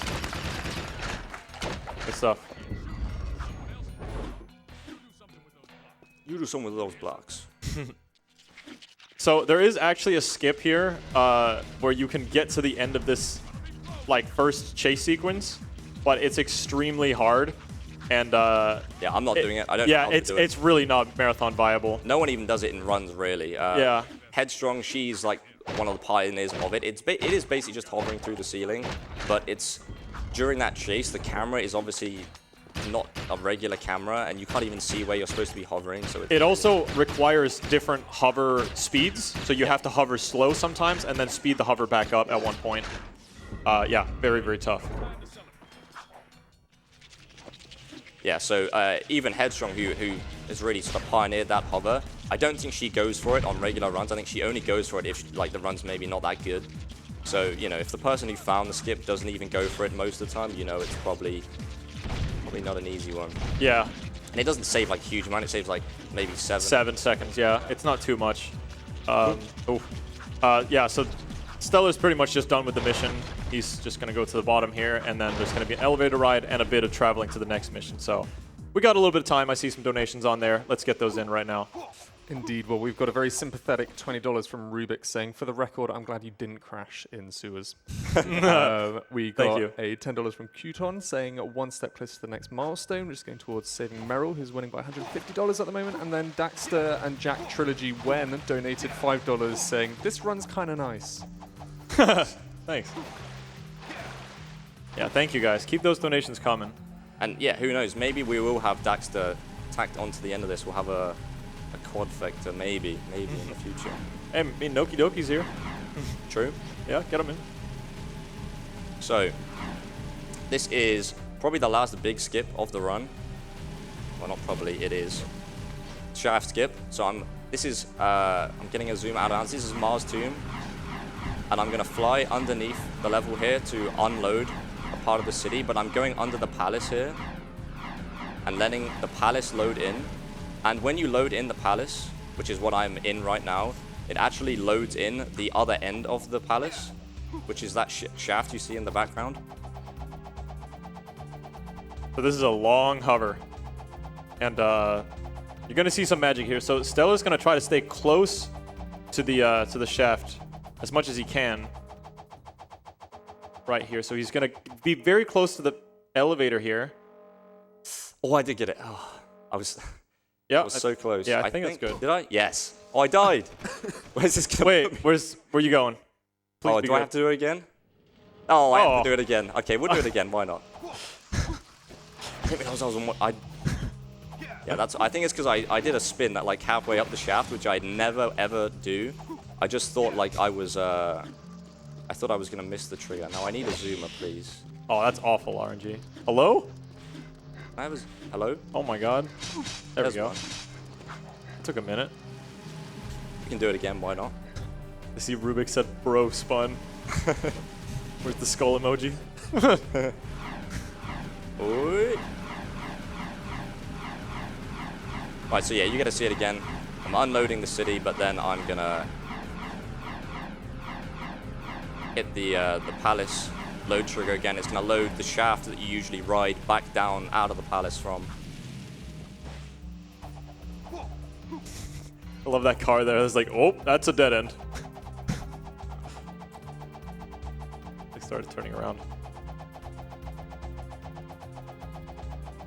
Yeah, so this effectively skips all the way from Mars Tomb all the way over to the stadium area. So the next mission does take place at the stadium. This does save around, I believe, 15 seconds or so. Now you can spin. There you go. There's the shaft skip.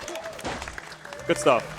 Truthfully, I didn't even need to spin that time because if you get off the jetboard, you won't take full damage. It's only because I got off the jetboard and then spun like really high. Swag. Oh, yeah. Oh! Oh, he's going. Oh! Oh! Oh! That was fire. Good stuff. We love it. But yeah, if you just fall off the jetboard, I could fall all the way down and I wouldn't have taken full damage. But it's just because I did an extra spin in there, which I forgot about, which then means I will take full damage if I fall far enough after that point. But I added in the spin at the end just to be extra double safe. This mission sucks. Yeah, if we're just being honest. Yeah. We need a skip for this mission of some kind. Yeah, this is an escort mission. You just have to watch Samos and Samos carry this to the other side. Yeah, Samos and Samos. They basically have to reach that balloon-ish in the back. Yeah, it's actually like a Zeppelin from the first game, I think. Kind of. Because in case you didn't realize, the Lurkers are actually on our side in this game somehow. I don't know when we shook hands and became friends, but apparently we did. Because they were enemies in the first game. Yeah, this is literally just spending most of my time just looking at the minimap because I can see all the enemies there. Yeah. Stellar was also using the blue gun because the blue gun will not be, Vulcan Fury, it won't be useful for pretty much the rest of the run. That's just where you can exhaust your ammo on that. Same with the scatter gun, which he's using right now. But he's intentionally not using the Peacemaker or the Blaster mod because those will be used for the final boss. Which I guess in, a couple minutes time, get Jak 3 ready-ish. Although it's there's still a bit to go. Brace yourself. Are you awake, Bob? Right. Yeah. Oh yeah. You trying to sesh some pizza after this? No. Oh damn. Damn. Okay. That's kind of brutal. Damn. Okay. You picked I'm trying to that. mow some pizza after this. Oh. Okay. I'm gonna sesh Jak 3 and mow some pizza. Okay. Yeah. Sorry, I don't get your lingo all the time. So we are literally just making our way Yeah. all the way across the city. I did not mean to do that, but it looked kind of swag. And we're gonna do. You may recognize some of these death warps. It's the same deal, except. Oh, I didn't make it out of bounds. Okay, this one saves like 1 second. As Ricky said, I'm not gonna do it again. Yeah.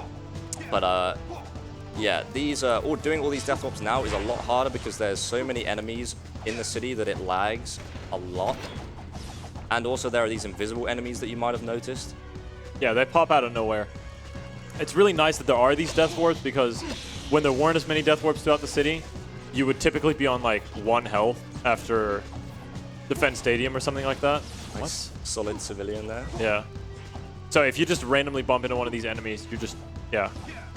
This hover honestly sucks. Nice. Okay, good. Yeah, that hover can drop really easily. Good work. That's about as clean as I've ever done that, so that was nice. It wasn't like perfect, but it's honestly almost impossible for that to be perfect because of how many enemies there are and how laggy it is. Yeah. So this isn't a mission. This is just like a cutscene. It's like a big cutscene for the plot of the game. And now we're gonna head to the Metalhead Nest to destroy the Metalhead leader core. So not much run left. 2 minutes-ish. And it looks like we're beating Jak 1+2 in sub 2. So very nice. In before crash. Please don't. Or you get that. Have you seen the thing with like Headstrong where like she just was unable to move? Literally. No, I don't think I have actually. Yeah, it's a weird ass clip. Now you're scaring me a little bit. 24. Yeah. I think, didn't Tom Jack get that a long time ago? Oh, maybe. Isn't that where baddest game ever comes from? No, that was a crash at Stadium. Okay. But yeah, baddest game ever. Might have been baitest game ever. Wow, he actually almost hit you, that guy.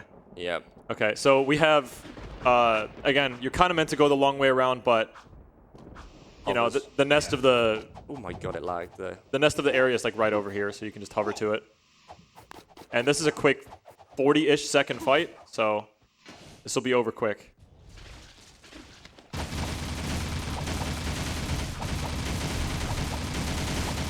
Stellar's intentionally keeping the camera backwards here just to avoid spawning the enemies. Well, we won't Nice be one. doing that. Yeah.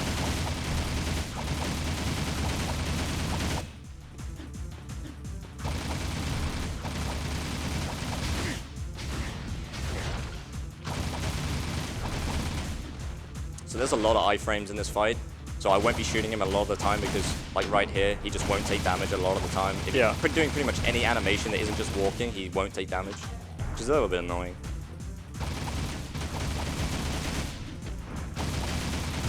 Should be dying any second now. And there we go. It's Jak 2. Swap. Let's go.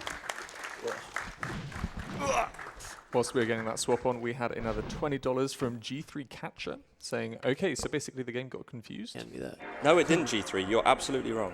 At the Called out. corner. Awesome, and just a reminder that not only can you put your donations towards incentives, not only can you do it towards bid wars, our milestones, some prizes, most importantly, we are raising money for Alzheimerfonden, the national Swedish fundraising organization focusing on Alzheimer's disease and other collab. dementia-related diseases. Their aim and purpose is to increase fundraising to benefit the scientific research in order to find a cure for Alzheimer's disease. We good? We cooking? Should be. Yeah, we're freaking cooking Mach 10. Just a little bit of unwiring, but what do the audience think of this run so far? Has it been good? Yep. Yeah, one more game. I'd say that's a yes. Yeah, one more game. All right.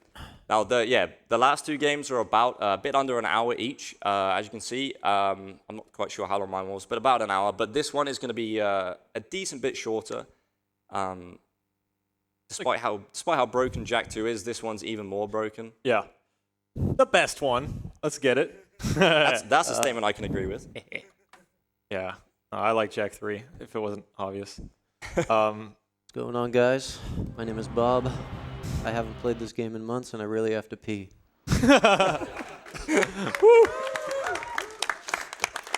Let's get it. Doing no speed here. Got to turn that bonus up to 57% exactly. Yeah, I used to do 59, but you know, I don't Just a little know, bit too it bright. changed. Hopefully, I don't have any drift going here. Oh, yeah, true. This route's going to be primarily no out of bounds. It's going to be a little different than Jak 2. Yeah, so Jak 3, as we were saying, the 80% category Ricky mentioned earlier is way harder than we really want to go into in a run like this. So Bob's going to be doing 80% no out of bounds, which is very similar to what 80% used to be like years ago, which is a part of the reason why it even exists. You know, some runners had some nostalgia for how the route used to be. And it just so happens that banning out of bounds makes it fairly similar. So expect not to see out of bounds in this run. Yep. So, yeah, Bob just completely blazed through the training course. It's actually just nuts how good you are. That's still, honestly, I've forgotten most of the movement for it. But there's a couple ways of skipping that training course that are not really viable at all for a marathon setting. There's Flag Proxy, and now there's Roxy, I think. Roxy, yeah. I think we've called it, yeah. Which is another proxy, but on a rock. Yep. Yeah. Which basically deloads all the tokens from the arena by going really high into the air. But Five Guys and Fries. That made me hungry. Yeah, I'm hungry as well. Yeah. Let's get it. Good, sounds good, man. Yeah. About to feast after this. Kebab. We Yeah. never finished talking about whether Flut Flut tastes like chicken or not. Yeah, I got a little more hungry since then, you know. I'm just gonna walk into Alright, the. Yeah. we got a new kind of skip since last year coming up here. This is the hardest trick in the game, by the way. Goosh. Got to switch weapons here to be able to move. If you switch exactly 12 times, you actually save 0.5. That's facts. No, I just literally ripped that out of my butt. Okay, so we get this checkpoint here. This puts us on foot. We would normally like start another mission there, but we're gonna do it a little different. Found a way to do this cool little percentage warp here. Yeah, so this percentage warp was already in 80% no oob, but we did it in a different way. We used to have to do a few missions here and then drive out into the desert, but Bob's just gonna, similar to regular 80%, just head straight into the desert on foot. Yeah, so these guys actually wreck you on foot. So we have to manipulate the spawns. They work kind of the same as Jak 2, where they spawn, I guess, behind you or like where you're not looking. Oh, this is really bad. Yeah. So, Oh, nice. I'm looking exclusively at my radar here. This is super bad. I don't know how to explain it really. You kind of want to keep these guys at like, not like, you don't want to head straight towards the Marauders, basically. You want to have them at like a 30-degree angle or more, and that way they will despawn. So it is very worth to sacrifice the more optimal line in order to despawn the Marauders in front of you. Because, yeah, like Bob said, they will wreck you. You have no health upgrades by this point in the game. And you might be wondering what he's even doing here. So Bob did the first 2 missions because there's just no way to get out of the arena in Jak 3 without doing the first 2 missions. And like he said, you're supposed to do... in the old route, which happened in like... during me and Bob's race in 2022, we did Kangarats and Satellite, which is mission 3 and 4. But it was discovered recently that you can get to the cave about like a minute and a half faster-ish. Yeah, something like that. Yeah. By just roll jumping to the cave like this. This guy might be a little bit annoying. Yeah, I didn't despawn. I kind of made a decision not to despawn one of these guys. Sometimes they're chill. This guy's not chill. I use these rocks for cover here. Yeah, the fact that you didn't take any damage in the first half is nice. Yeah, there's a checkpoint here too. Goosh. Goosh. That's just game knowledge right there. Goosh. Marauder skill issue. All right, so there's this trick called ABBA bounce. We got to get up to this like trigger of this mission. I don't know how anything works, man. I just do it. But, yeah, it's actually it's a checkpoint trigger for when it's supposed to be for when you're leaving the cave. Yeah. You get this checkpoint, but it actually sticks out of this egg wall ever so slightly in the top left. So Bob's gonna launch himself up and pass through the checkpoint, and then restart mission to get inside past this egg wall. Yeah. You're gonna see that here. No shot, man. Nice first try. Wow. Very nicely done. Yeah, easy. That's not easy at all. The timing when you have to press X to get that high bounce is a lot later than you think. Yeah. Also, yeah, you're on a slope, so you have to go neutral at a specific time to get the jump. Yeah. It's anyways, kind of... Oh, go ahead. Sorry, there's more dudes in here that wreck you. Like, they look like the Flood from Halo. So you also have to do more like camera manip to get them not to spawn. So you kind of have to memorize the patterns of this cave. Yeah, if anything, I'd say this is even worse because like you don't have a mini-map. You can't see where the enemies are. It's all just pure memorization at this point. And it's a lot harder than it looks to just be doing movement, not with the camera not behind Jak. It's constantly trying to get behind Jak. So Bob's constantly trying to move the camera to keep facing the wall so that as many enemies as possible don't spawn in. But it's definitely not easy to take the optimal lines whilst doing that camera control as well. Yeah, he just navigated around that, which is like easier said than done. Yeah, there's these little like, pod spiders or whatever they're called, I think, and they take a lot of, these guys, and if you aren't up against the wall and are manipulating the camera correctly, they will just be all over the place. It's actually game knowledge right there too. The minute they spawn, if you do 2 roll jumps and a punch, most of the time they'll jump over you. So Bob is coming up to the mouth of the cave, or to like the inner chamber, I guess, of the cave, and this is where a percentage warp will take place. So I believe Bob skips I think it's about 12 missions or so, onto one side of the mission tree. So he's basically skipped like missions 3 through 10, and then like the first 2 or 3 missions on the left side of the tree. So the moment he hits this trigger right there, now he's percentage warped from like 3, or like it's like 2 or 3, 4% to like 16% or like 22, 3% to 22. That's what it is. Yeah. So now, now he's skipped all the way into destroy eggs. He gets this har, which again, you like I mentioned previously with Jak 2, you get all the rewards that you're supposed to have by this point in the game when you do percentage warp, when you skip everything. So Bob gets some new guns that he never collected. He unlocks this vehicle, which is like the 4th vehicle you unlock in the game too. And this is the intended vehicle for the cave that you're supposed to use to take these out. And he's using the camera just a little bit. You'll see it here on the one after this one. He's going to turn the camera just a tad in order to take this one out a little bit easier, like that. Very nice. And then a small skip for this last one. If you just drive up against this wall, the turret will kind of point its nose upwards and auto-fire onto that.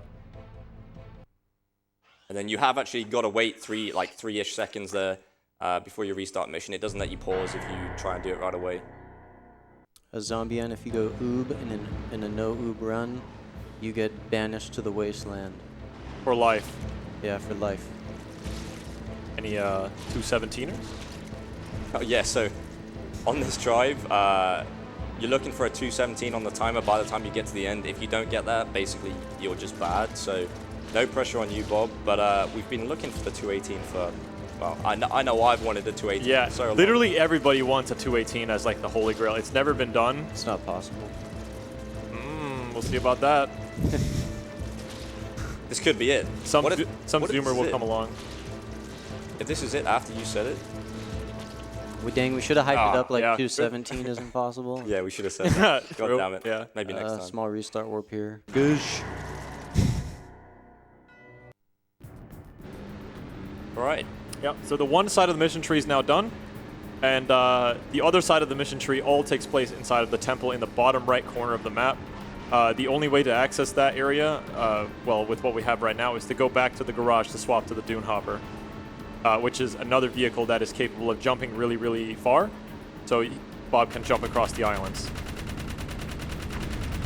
Oh, real quick too. I don't know if anybody's interested, but Ricky's got a 9-part speedrunning documentary about this game Oh, yeah. coming out. It's on part 2 right now. Yeah, so if you somehow haven't heard of the Rixer, who is here on commentary with us, he is he's pulling some moves there. He makes speedrun documentaries, and he's 2 parts into a 9-part series on the world record history of this game. So be sure to give that a check out if you haven't already seen it. Yeah, give it a go. We're currently in the boomer age right now. We're like on part 2, and we're still in like 2013 or something like that.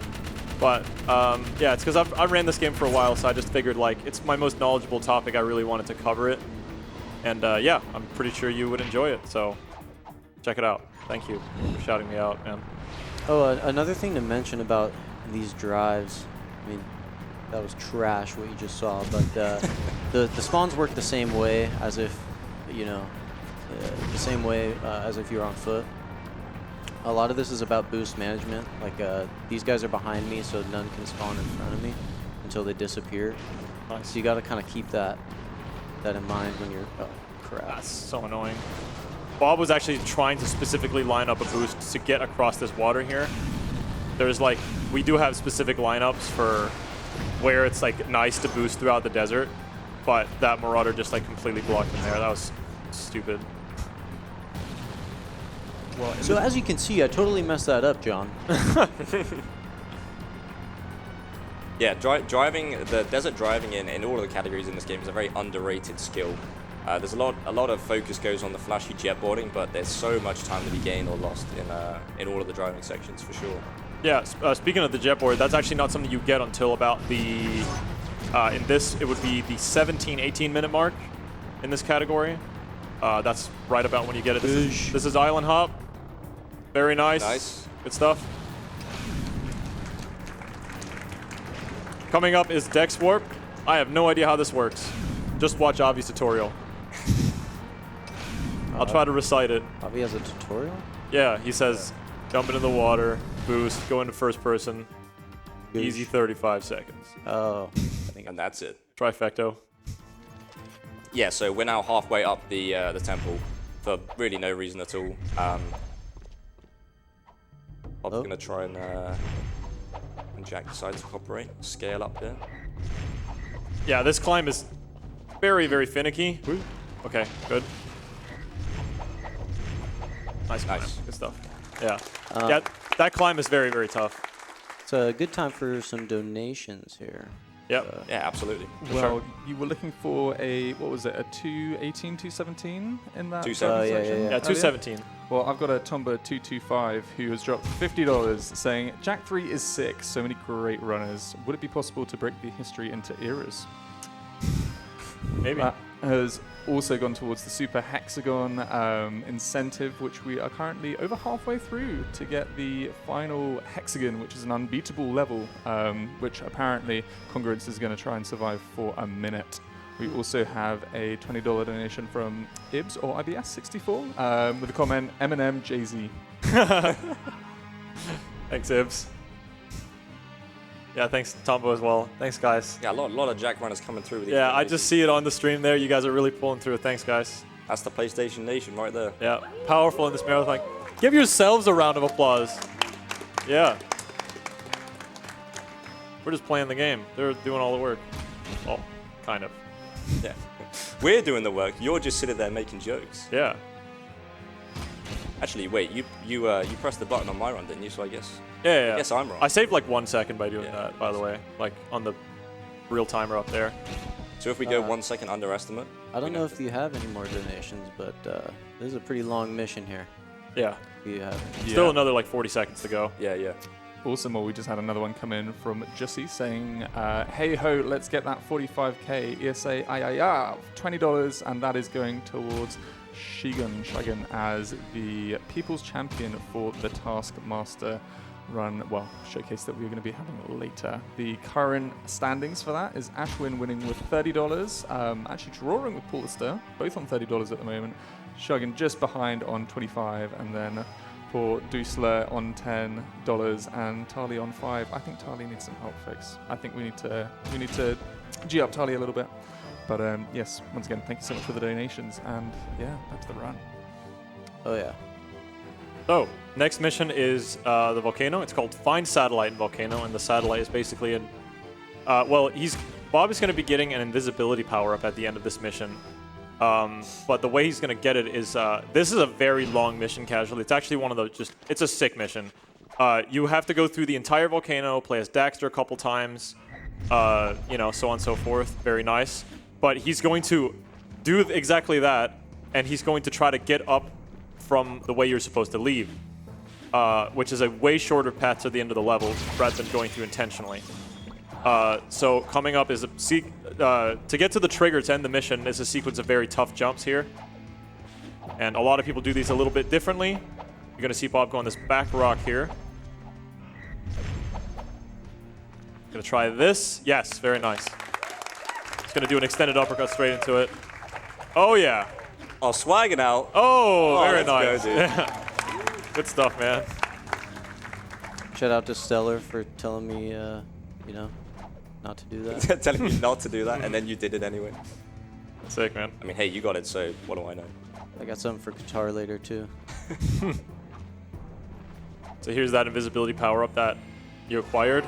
The hitbox of these spikes that are supposed to come out of this gate extend really high up, so you have to use the invisibility there. You're also supposed to use the invisibility right here, but you can just do this. That is very lenient. It's not hard at all. Man's got toes of steel or something, I don't know. Yeah. Yeah, so this entire trial that Bob is heading into is centered around the invisibility power-up for the most part, but we're just going to be skipping a ton of that. So, here's the circle room.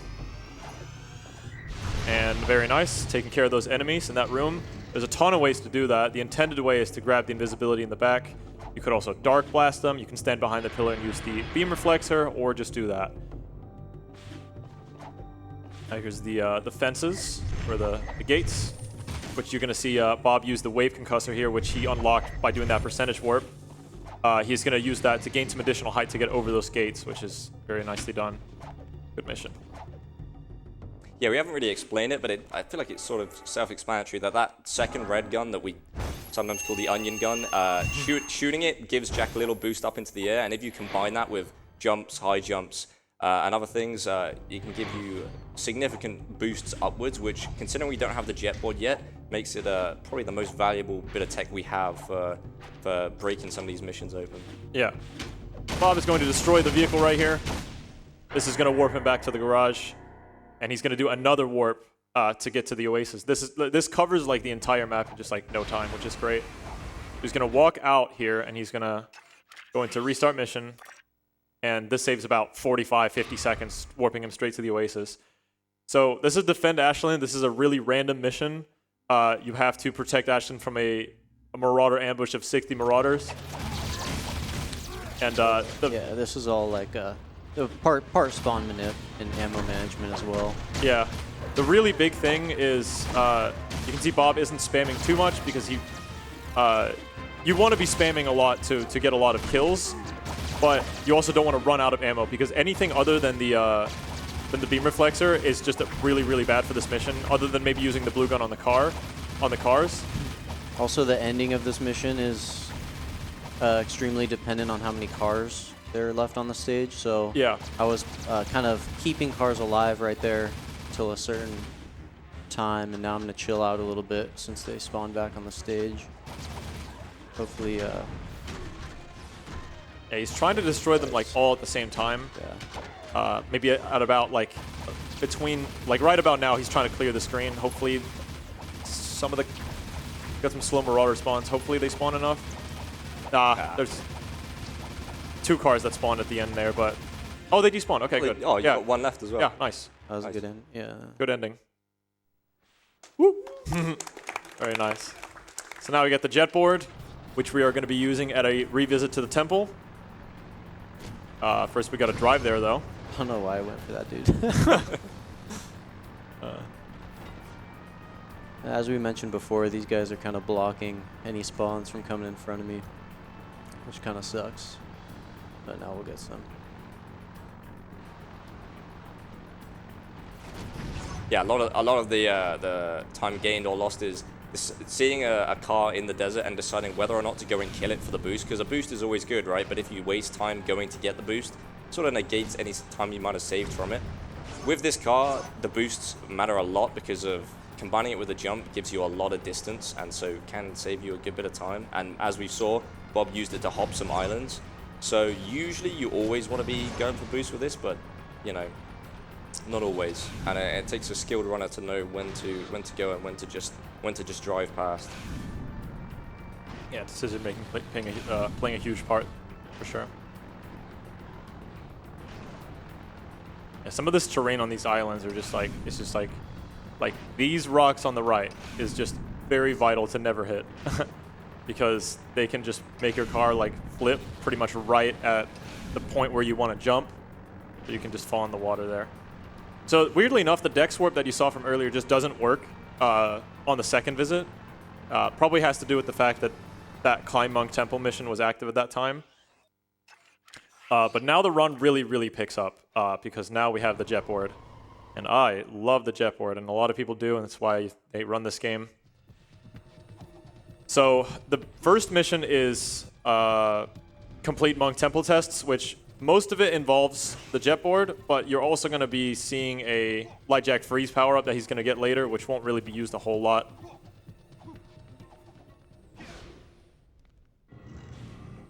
So, the Tide Pod room. Ah, yes. Yum yum. Yum yum. Those 4 skull gems that Bob picked up right there are going to be necessary later. There used to be another crate that we used to grab beforehand during the Kangaroos mission, but now that that's skipped, those are more optimal. Actually, those were always more optimal, but they were always just like a little bit finicky to grab. Oh, nice. Ooh. Yeah. That's actually the toughest jump in this section. It's just spaced so awkwardly. I've died plenty of times there. Yeah, this section is really tough, and it's a great place for the top runners to really show off their jet board skills. Which is why I keep getting off the jet board. I don't want to say it. Whoa.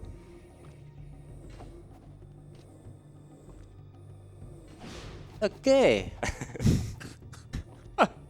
Moving on. Yeah, that didn't happen. Hey, you didn't die, so.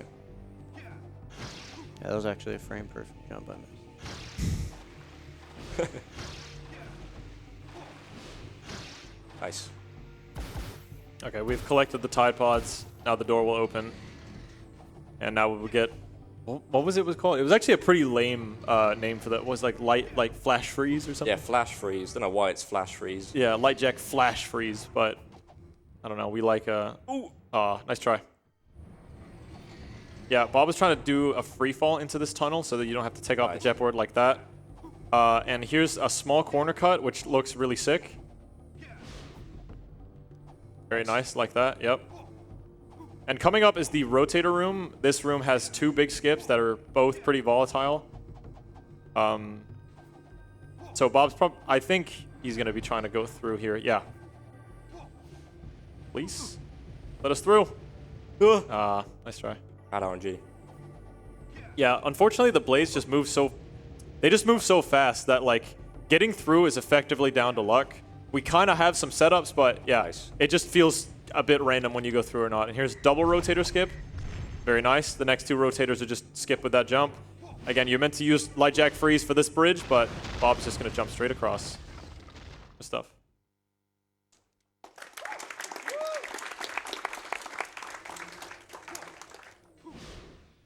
Subrails 1. Subrails 1. Here we go. I have a reputation for dying on this mission. I don't know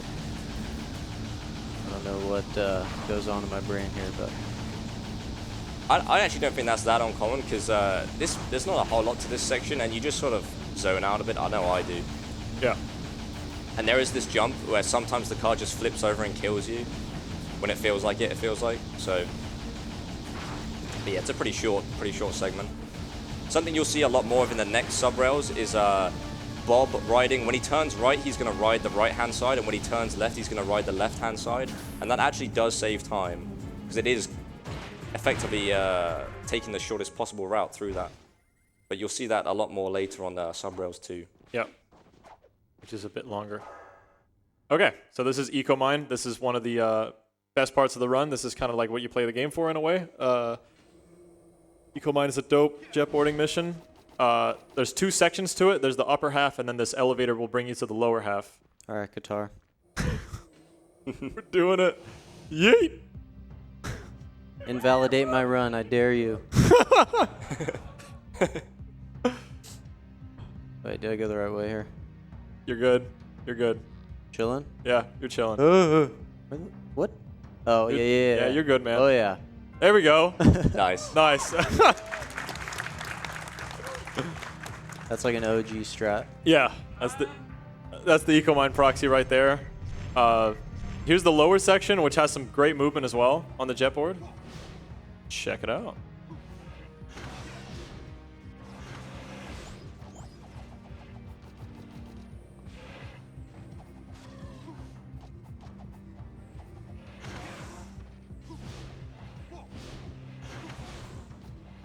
Oh yeah. Oh yeah. Flagging out. Oh my god. With the backflip. You love to see it. Oh. That's just like our race last time when we shot like 7 times at it. It always goes like that. You have the sickest eco mines, and then you shoot that 100 times and miss every shot. I mean, yeah. I mean, what are you know, This is the biggest break of the run. pretty much.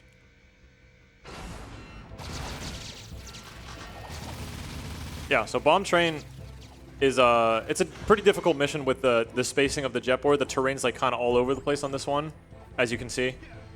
But Bob's gonna try to space his side flips in such a way that he can do this full chain like this.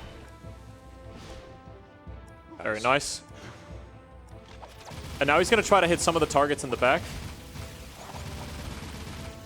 Okay. Like that, very nice. Go ahead and assume that worked. Yeah, looks good. Ooh. And now Bob's going to try to hit the... he's going to try and finish the mission on the bottom half side of the Eco Mine here by doing this extended uppercut and going down. Yep. Very nice, yeah. So he waited in the cutscene a little bit because Jack is still falling there. And because Jack is now at the bottom... Yeah. Whoa, what? What the hell? Was he... Maybe he was over the pit, actually. So maybe he died. Possibly, yeah. Yeah. Bad RNG. Yeah. Put it that. Yeah, so he was trying to skip riding this elevator because when you finish the mission at the bottom side of the Eco Mine, that is just at the bottom because the game assumes Jack is down there. So it's time for Robot Skip. This was found in April of 2021, I believe. And it's a bit tough, honestly. Basically, Bob is going to try to make... he's going to try to get on top of the robot's head after defeating these enemies and try to Dark Bomb on his head and hit all the minecarts at the same time with this Dark Bomb attack.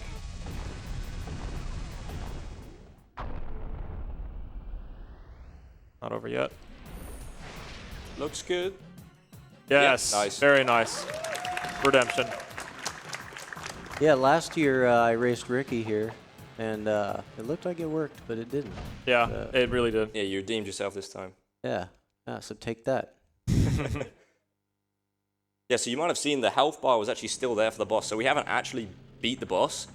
Or the mission. Yeah, we've just skipped past it. So in an all missions run, that's not allowed simply because the mission hasn't actually been completed. And the only way to progress would be to do a percentage warp, which would involve actually skipping the end trigger of that mission. So it's only in this category, I think, that you get to see that skip. Okay, so this is a bit convoluted. So after Robot, since he's not beaten the Precursor Robot, you don't unlock the side missions in this New Haven area. So the reason you need the side missions is to skip playing the BTR level as intended. So what Bob actually is doing is he's going into Palace Ruins to percentage warp the game forward to 91%. It saves like 2 hours. It's like a huge sequence break, Yeah, it essentially. just happened, but it was huge. Yeah. So he percentage warps into the mission, walks back out, buys the side mission, and now the side mission is like stored in the game's memory, which technicalities, there's no nerds on the couch. We're sorry. Unfortunately not. No. To the point where we can explain this, but basically by going through Palace Ruins without dying, you can get to BTR and you will spawn on foot rather than playing in the vehicle. And also you may notice there are no enemies. Oh, nice camera. You may notice there are no enemies here. There normally would be, but that's another product of going into the ruins with the side mission active, which, as in Jak 2 with the ghost towns, it makes the level a lot less laggy. Yeah, it's very nice to play this area with no enemies because you can get some dropped inputs every now and then. It's annoying.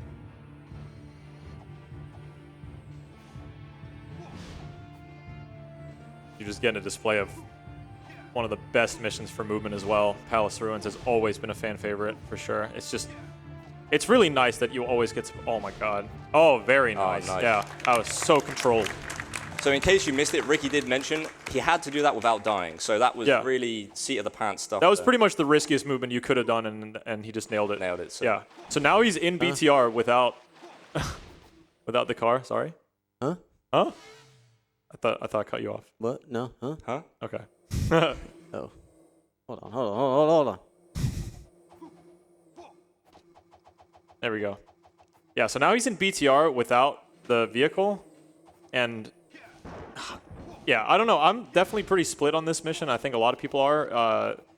I definitely like that there's more jetboarding involved, but there is a couple of hovers that are really annoying, especially the final hover is extremely laggy. And the main reason is the fact that this mission has a lot of like lightning going around.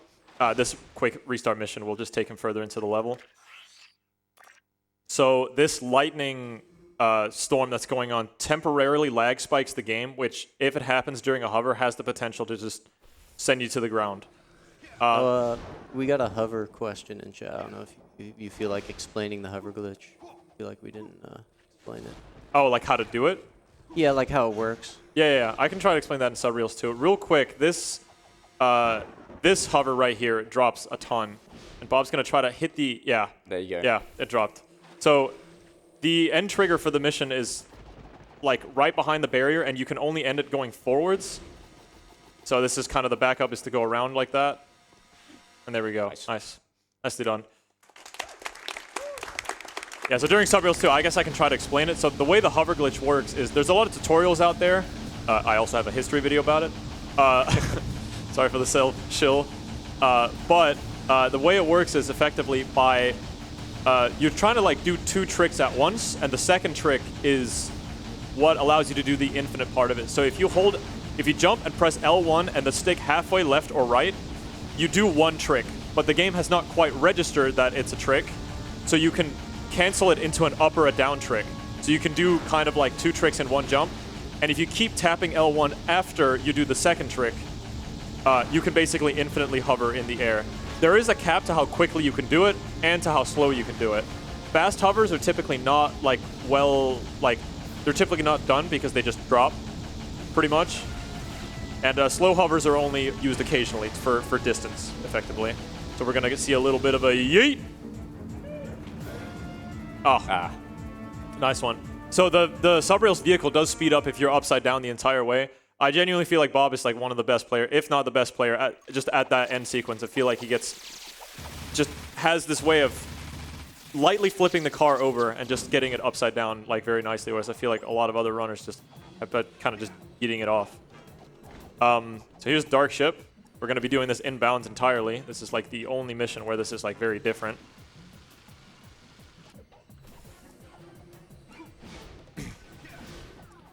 That was close. Yeah, he did specific movement there to make sure he hit triggers to spawn in all these enemies. If you go all the way around, even as you might do casually, in just the wrong way, you can get some of the enemies stuck and effectively soft lock yourself. Soft lock. Soft lock. Sock lock. You know what I meant. Yeah, I knew. We got you. Actually, there's some ammo. This is kind of a nuance, but there's ammo in Palace of Ruins that I deliberately picked up to be able to kill those enemies at the end of this mission faster. Yep. Yeah, there's a lot of ammo management in this for sure.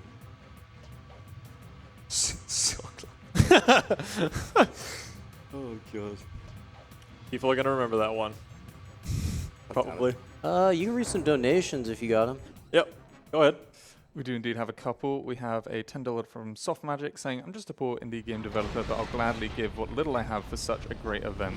Greetings from Finland. $10 also going towards the Super Hexagon, which we're not too far away from. Another $15 from Anonymous with no comment, but thank you very much. A reminder that after this run, if we do make another 4K or so, we will have another Milestone Madness. It's a show that's going to be hosted by Big John. It's going to have HUDs. It's going to have Ballster. Yes. Either that happens or it doesn't happen. Then after that, I believe we're going to be having some Spyro TAS action. Oh yeah. Yeah. Which Stay tuned for that.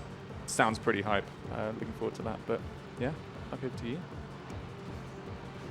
Back on This is, Terraform. yeah, this is the kind of the first phase of the final boss, I guess. There's a specific cycle you want to hit. There's a backup to it, and then after that, you're just boned pretty much. So yeah. Yeah, it's the same every time. These legs always land in the same spot after the same amount of time. So Bob's just trying to hit them all in a predefined route, and I'm super be a- far behind now. catch up a little bit. Just get it. Oh, yes. Yeah. I'm a boost. We're I doing don't it. care what they say. Oh, playing risky. Oh, you got it. okay, good one. Nice. And that's the fast cycle. You're never supposed to boost on it. Yeah, nice good clutch. stuff. I like the bravery. So much gaming going on today. Yeah. Some final onion ring jumps. Yeah, up to the final boss. This is a rather long final boss, and honestly, going into the technical details kind of sucks, but there is just to keep kind of brief. Parts of this mission are auto-scroller, parts are not. These enemies do need to be killed as quickly as possible, and then these ones as well. But after this, once you start shooting the lasers, you're on a timer. So what Bob's going to do is he's just going to grab this ammo back here and then try to hit the boss as early as possible. A lot of different runners do different things to try to hit the boss as quickly as possible, because the needle laser, the gun he's using right now, kind of has this weird arc going on. And it's hard to hit the boss quickly whenever he exposes his weak point. He's using the mass inverter here to destroy this spinner enemy as quickly as possible. I see some Franker Z's in the chat. Shoutouts. Let's go. Love some Franker Z's. Yeah, he's also he obviously needs to use ammo throughout this fight, but he's also trying to limit how much he uses, especially by using this gun, the second blue gun, to kill these enemies. It's the best gun for killing enemies and preserving ammo, because you barely use any, and it's still quite powerful.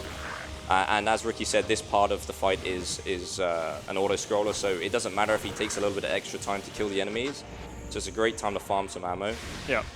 This gun in particular, the arc wielder, like, farms ammo super well. Yeah, and he's doing that because on the last phase, Bob's just checking his. Get He's, text, bro. Yeah, popular man. But yeah, on the last phase, he's going to be using this ammo to attempt laser skip. What, laser skip? Hmm? Laser skip? Yeah? Yeah. Laser skip? Oh, it just like cut out for me. Oh, okay. Yeah. Yeah, so I can try to go into laser skip a little bit here. So, on the last phase, he's saving ammo specifically in the purple department, just because it takes 10 shots to fire a nuke or a supernova, whatever you want to call it.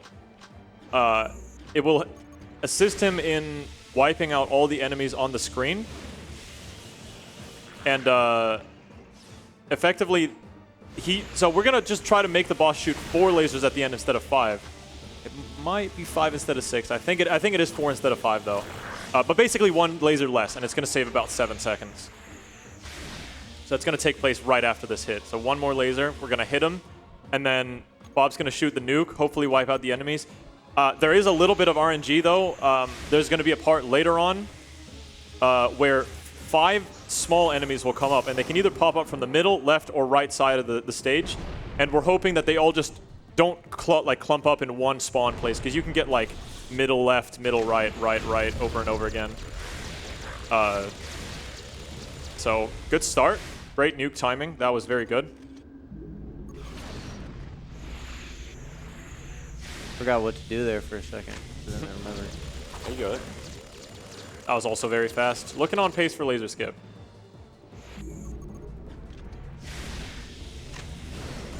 Yeah, these enemies. And now, yeah, that's the best spawns. Hopefully the left one died. Probably did. Yeah. Looking good. And then 2 more enemies and a spinner. And yeah, that's easily laser skip. Has to be it. Yeah, that's super. That's. Yeah, Yep, there you go. Nice. Got it.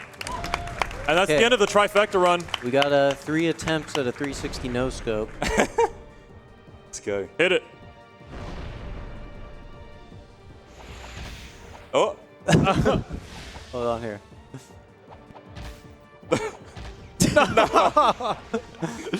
All right, no more Mr. Nice Guy. Time. There we go. Sub 240. Nice. What's up, guys? Good. Trifecto. Trifecta's in chat. Yeah, trifecta. All right, yeah. So cool. I'm gonna pee.